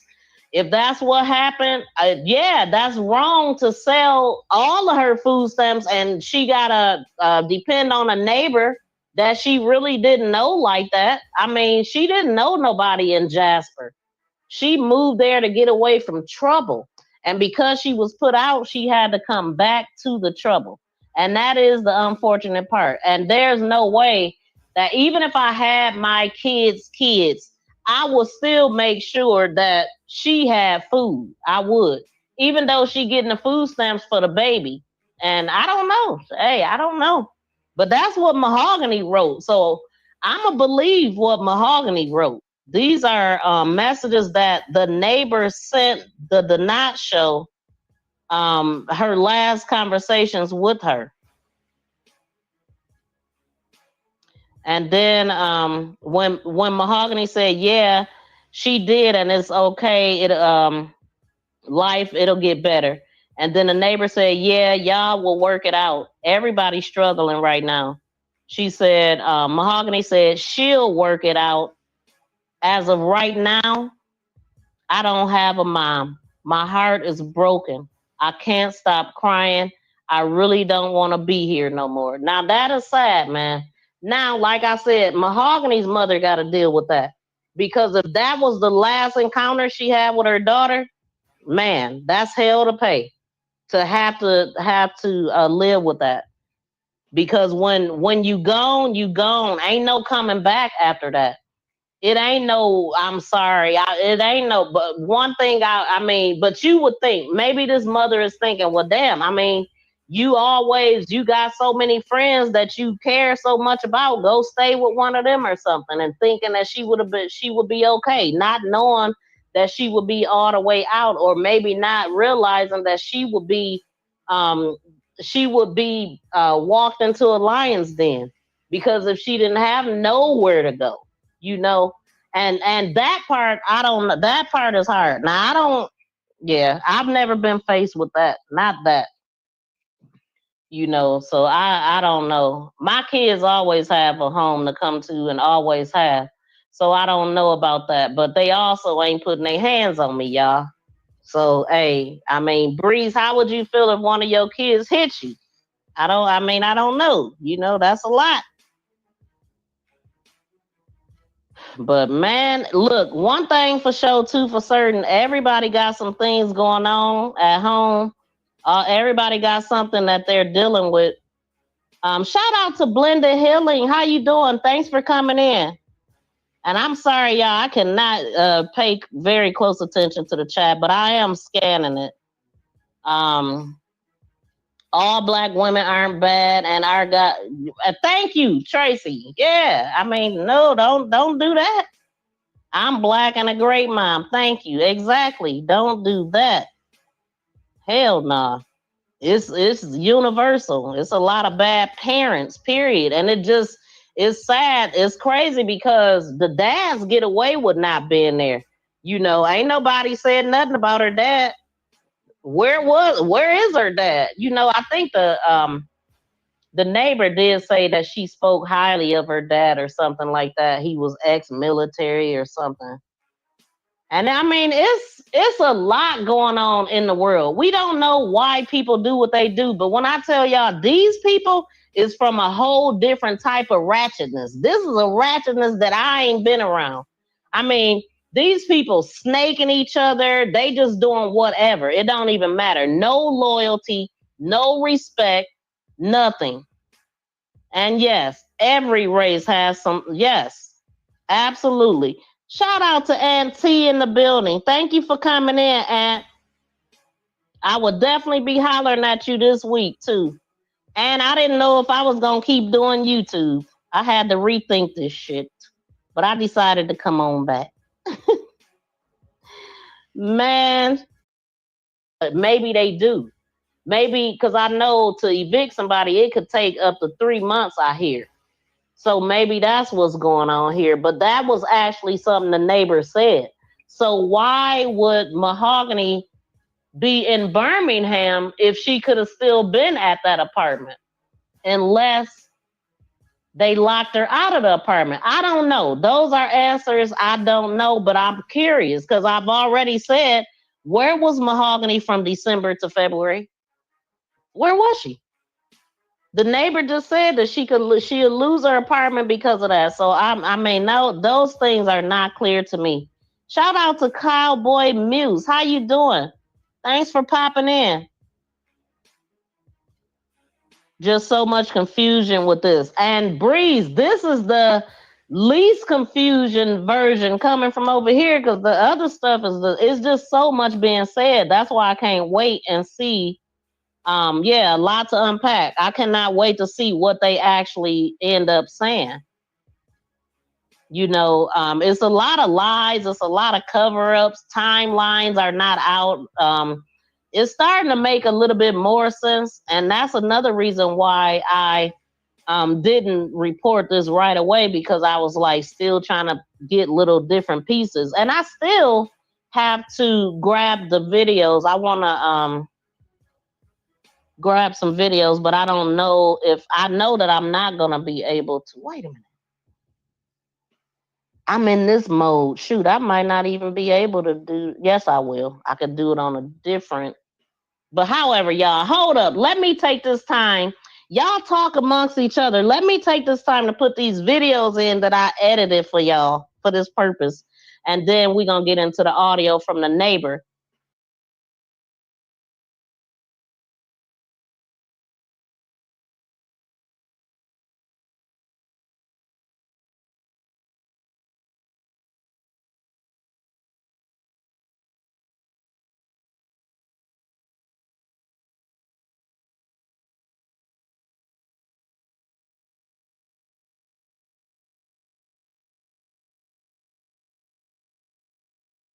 Live, an update on a case that shocked all of us. Mahogany Jackson, a young Birmingham woman who was tortured earlier this year. Some of the abuse even recorded. Well, tonight, charges on 5 suspects in this case have been upgraded to capital murder. We're now talking to Jackson's mother about how she's coping as she seeks justice for her daughter. Your reporter, Bria Chapman, live at 5 with us after speaking to her mom and the Jefferson County District Attorney today, Bria. Yeah, that's right, Jonathan. It's a really sad story. Now, all 8 suspects in this case are facing capital murder charges, and that's something Mahogany Jackson's mom tells me they deserve, and that she will be there every step of the way to make sure justice is served for her daughter. You contributed to what ended up with my child being gone. Like, she's gone. She's never coming back. And that is so hard for me. It's so hard, you know. Court records show 20-year-old Mahogany Jackson was kidnapped and brutally murdered, while many of the suspects participated and recorded the attacks for over 24 hours. It's something mom Gail Shearer struggles with 8 months later, knowing there was nothing she could do to save her baby. I'll get sad thinking about, you know, how much life she still had ahead of her. That's gone. There's nothing I can do about it. It's nothing I can do about it. You know, I used to say to my kids all the time, you know, hey, whatever issue you got, come to me, I'll help you with it. I can't fix this. There's nothing that I can do to fix what happened to my daughter. Mahogany did reach out to family, calling them for help during the abuse. Now her family is still struggling because they couldn't help her. But Shearer says she's concerned about Mahogany's 4-year-old Nadia. When I try to tell her, you know, your mom's an angel, nope. You told me she was asleep. My mom is sleeping. But she knows one day she will have to explain to her what really happened. When I have to play videos of my daughter for my granddaughter, just so that she can see her mom alive. You know what I'm saying? That's heartbreaking. My granddaughter is going to grow up and not get to see her mom again. I'm never going to see my daughter again. That's not right. Even with upgraded charges, Jefferson County District Attorney Danny Carr says this will still be a long road to justice. You know, we have to figure out a calendar, trial dates, whether they'll be tried together, whether they'll be tried separate. there are laws that dictate that as well.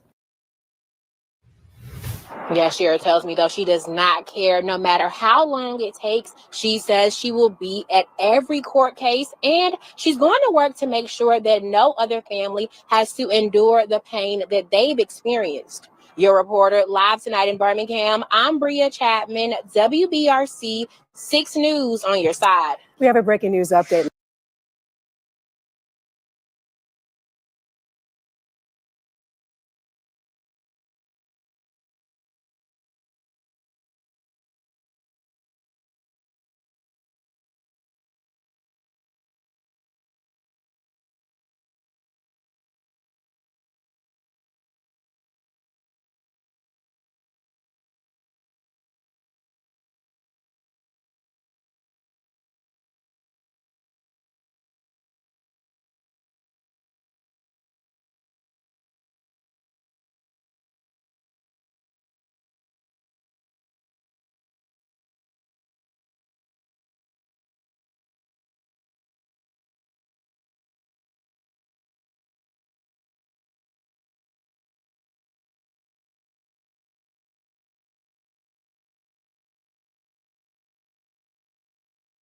New developments in the case of Mahogany Jackson. Birmingham police say 8 people played a role in her deadly kidnapping back in February.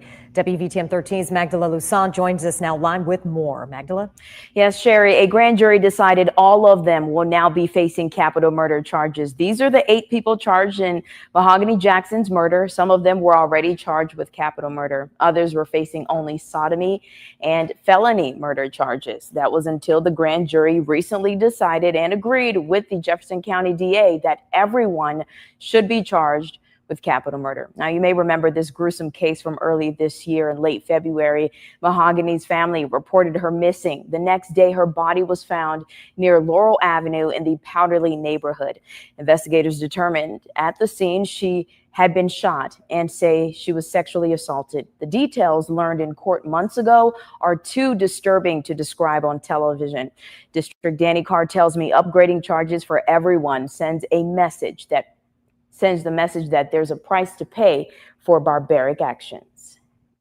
People in society need to understand that, when you partake in these kind of actions, whether directly or indirectly, that you're criminally responsible as well. And we hope that sends a message loud and clear that we're not going to stand for it, that there's going to be a significant punishment for them. And, going forward, people will think twice about committing these kind of heinous acts in our community. A card tells me the capital murder charge carries a minimum of life without parole, and it carries the death penalty as well. A date for the trial has not been scheduled yet for all of those in custody.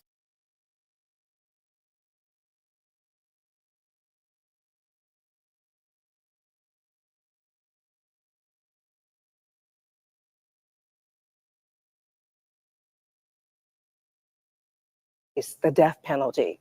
Now, she's the young mother who was kidnapped, tortured, and murdered. And tonight, her mother tells us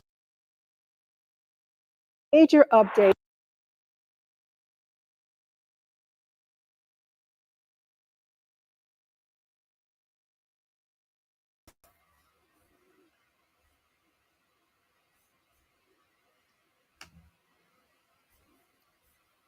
Welcome in, everybody. Grand Rising. So the reason why we're here today is because they did an update on Mahogany Jackson, and the people that did this to her, they upgraded their charges from capital to now the death penalty is what they're facing.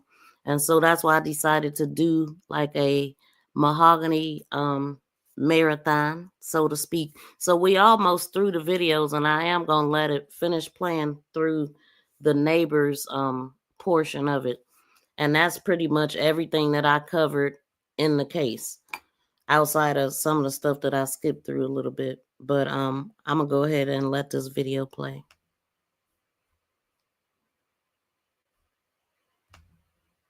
In a shocking and difficult murder case, all 8 suspects in the Mahogany Jackson killing will now face the death penalty. Now, she's the young mother who was kidnapped, tortured, and murdered. And tonight, her mother tells us she believes all of those suspects deserve whatever they get. Your reporter, Bria Chapman, keeping you on top of this case from the very beginning, joining us now in studio. Bria, you talked to family and prosecutors. What are they saying? Yeah, that's right, Sarah. So I spoke to Mahogany's mother this afternoon, asking her what her reaction is to all 8 suspects facing the death penalty. And she tells me she agrees with it because they showed her child no mercy.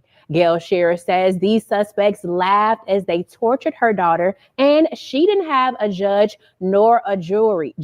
All she wants now is justice for Mahogany. Prosecutors say the suspects recorded a lot of what happened to Mahogany, including her being beaten and sexually assaulted. Most of those suspects just stood and listened today as their indictments were read in court. Now, all pleaded not guilty, and we asked District Attorney Danny Carr why the state is seeking the death penalty against them. I'm like, let me do If there's an aggravating factor that's involved, update. then those cases are eligible for the death penalty. We typically don't do what they call seek the death penalty. If a case is eligible based on the facts in the law, then we charge them as such, as we did in this case. All these separate cases will have dispositions. So we'll see what happens, whether it's a long stint in jail, being in prison the rest of your life, and or ultimately the death penalty. Now in September, charges were upgraded. Okay, so I gotta switch this back.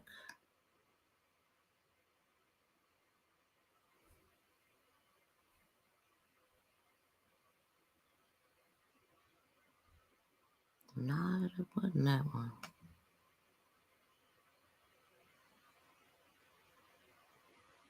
Or was it?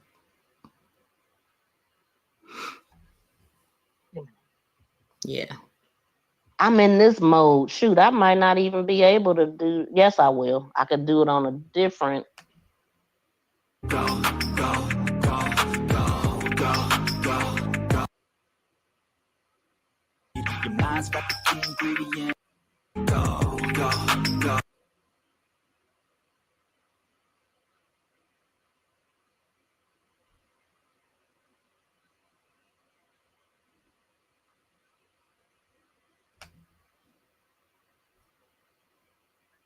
I'm gonna skip that part, even though I'm a little annoyed.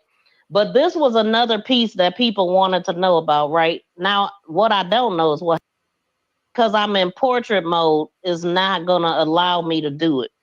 Okay, so I'm gonna just skip that part. I'm gonna skip that part, even though I'm a little annoyed. But this was another piece that people wanted to know about, right? Now, what I don't know is what happened to the music. I don't know. I don't hear it. Can y'all hear the music? Nah, it ain't on. It went off. Excuse me.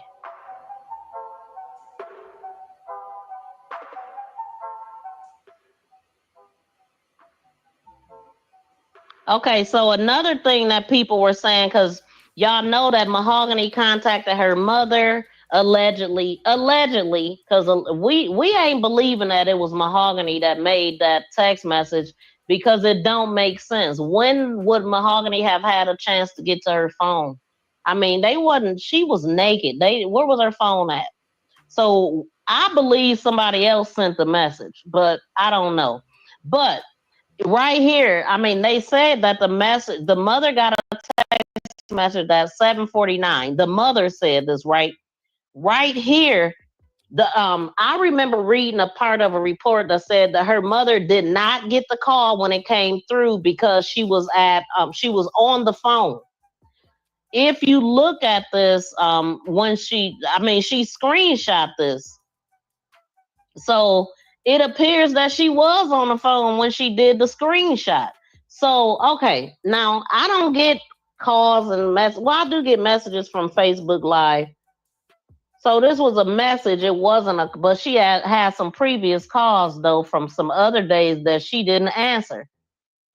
So then, yeah. So anyway, what I was saying is that they were basically like wondering, I'm wondering how soon, when did her mother see the messages? Because they said she didn't see it right away. And how soon did she call for help, for the police to go to the person's address that she told her? She told them where she was at.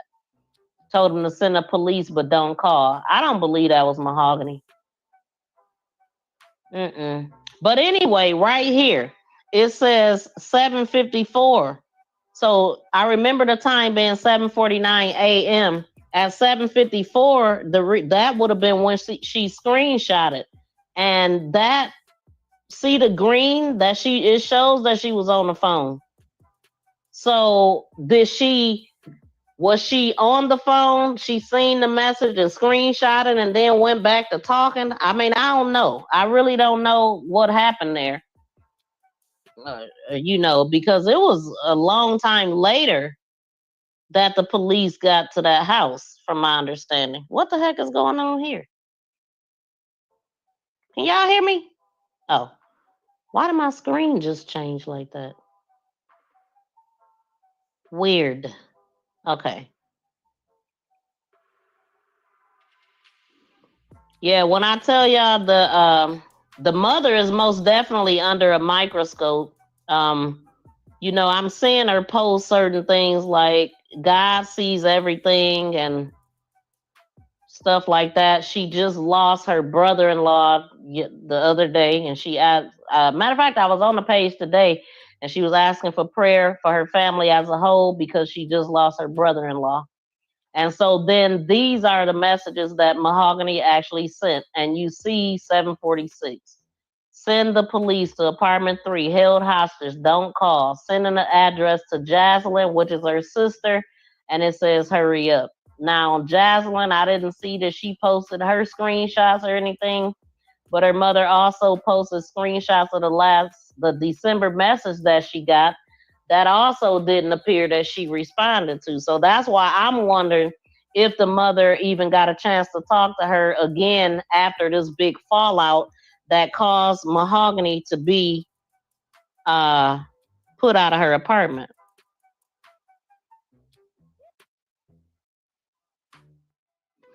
So now I'm going to go to the messages of the neighbor, or the video of the neighbor talking, so we could hear what she had to say. It's not very long, but it's a lot of information that she gave. And you could tell that the neighbor did not want to be against the mother. She didn't, I believe certain messages was covered up because she didn't want smoke with the mother type of situation. So she kind of covered up that message when Mahogany was talking about her mother selling her food stamps. But then you could see the very bottom of it to kind of make it make sense again. So I'm just going to that video.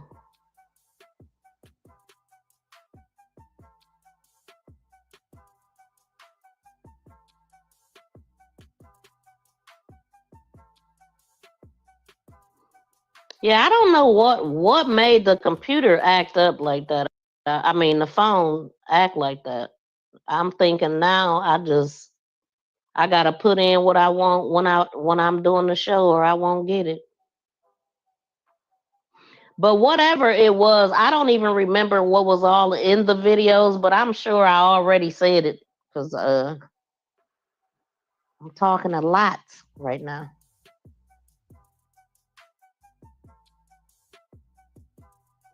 Dang, I don't see it because it's not. I thought it was titled clearly, like it was for the neighbor.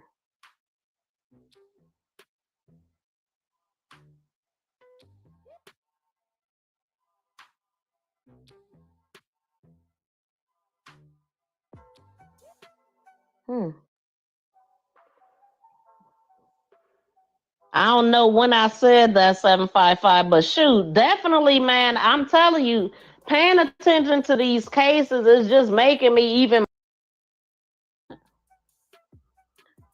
Yeah, y'all. What did y'all think about that other case? I'm gonna go live talking about that tomorrow. The Tamala Plummer. If y'all have not seen the police wasn't moving like people felt like they should, right? So people were saying that because one of the things that they did, they arrested them and released them. And then a day or two later, they came back and arrested them.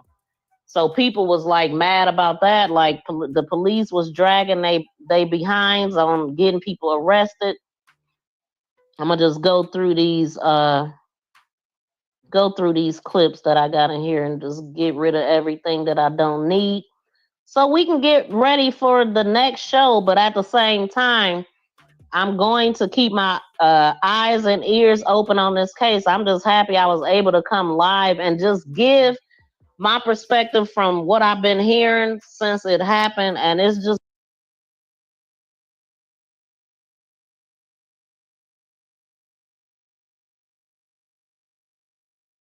New developments in the case of Mahogany Jackson. Birmingham police say 8 people played a role in her deadly kidnapping back in February. WVTM 13's Magdala Lusan joins us now live with more. Magdala?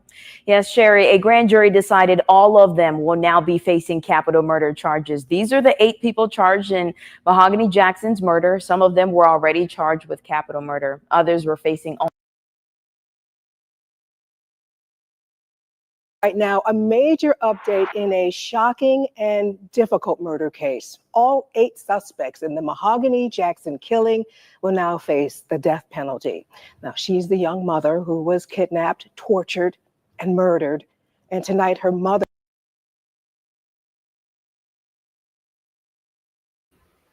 okay, so this is the latest update that I wanted to bring. They definitely are facing a death penalty. I don't know when this trial is going to happen, but the stuff that they did to Mahogany was uncalled for. They took her away from her family, mostly her daughter. And last I knew, her mother is raising her daughter. I believe she was 4 years old at the time. This is from a day ago. Tells us she believes all of those suspects deserve whatever they get. Your reporter, Bria Chapman, keeping you on top of this case from the very beginning, joining us now in studio. Bria, you talked to family and prosecutors. What are they saying? Yeah, that's right, Sarah. So I spoke to Mahogany's mother this afternoon, asking her what her reaction is to all 8 suspects facing the death penalty. And she tells me she agrees with it because they showed her child no mercy. Gail Shearer says these suspects laughed as they tortured her daughter, and she didn't have a judge nor a jury. All she wants now is justice for Mahogany. Prosecutors say the suspects recorded a lot of what happened to Mahogany, including her being beaten and sexually assaulted. Most of those suspects just stood and listened today as their indictments were read in court. Now, all pleaded not guilty, and we asked District Attorney Danny Carr why the state is seeking the death penalty against them. If there's an aggravating factor that's involved, then those cases are eligible for the death penalty. We typically don't do what they call seek the death penalty. If a case is eligible based on the facts and the law, then we charge them as such, as we did in this case. All these separate cases will have dispositions. So we'll see what happens, whether it's a long stint in jail, being in prison the rest of your life, and or ultimately the death penalty. Now, in September, charges were upgraded to capital murder for all 8 individuals. Now, they will be back in court for a pre-trial hearing on February 18th. Morgan. Okay. Thank you, February 18th. Right now, a major update. February 18th. So we definitely going to be following this case. Every case that I report, I always follow up with them. And so that's where we are with the Mahogany case. I mean, and a lot of people were confused with the sodomy charges that even the females got. And that is because it could be if you force somebody to do, the unthinkable, like orally. They consider that also sodomy. And the women forced her as well as the men. And the men, they actually did that also. On the phone, making phone calls. Who want it? Come here. Free for all. It's very heinous what they did. And they definitely deserve whatever they get. That's how I feel about it. Shoot, I've been live so long, Jay. I'm about to get off of here now. Not even taking phone calls right now, but I will be live later on today. Right now, I'm about to go back to sleep, but I wanted to talk about Mahogany because it's been a while, and just wanted to give y'all an update because I seen that. And so if y'all didn't get a chance to hit the thumbs up, please do. Thank y'all so much for tuning in. There's going to be a video that pop up after this. If y'all could hit the thumbs up on that and the notifications and join me live talking about Jelani Day. But until then, y'all, we out.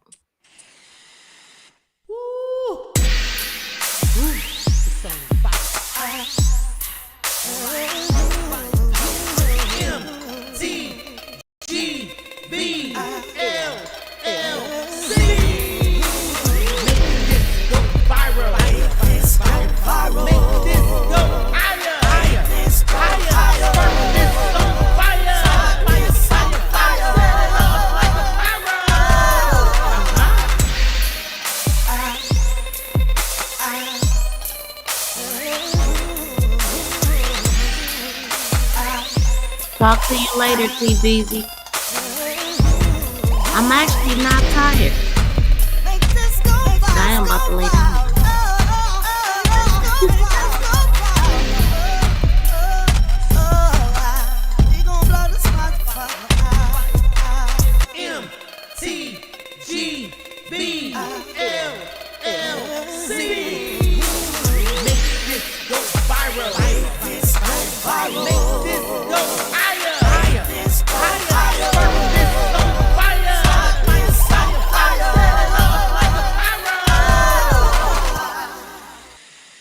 Peace and love, y'all. We out.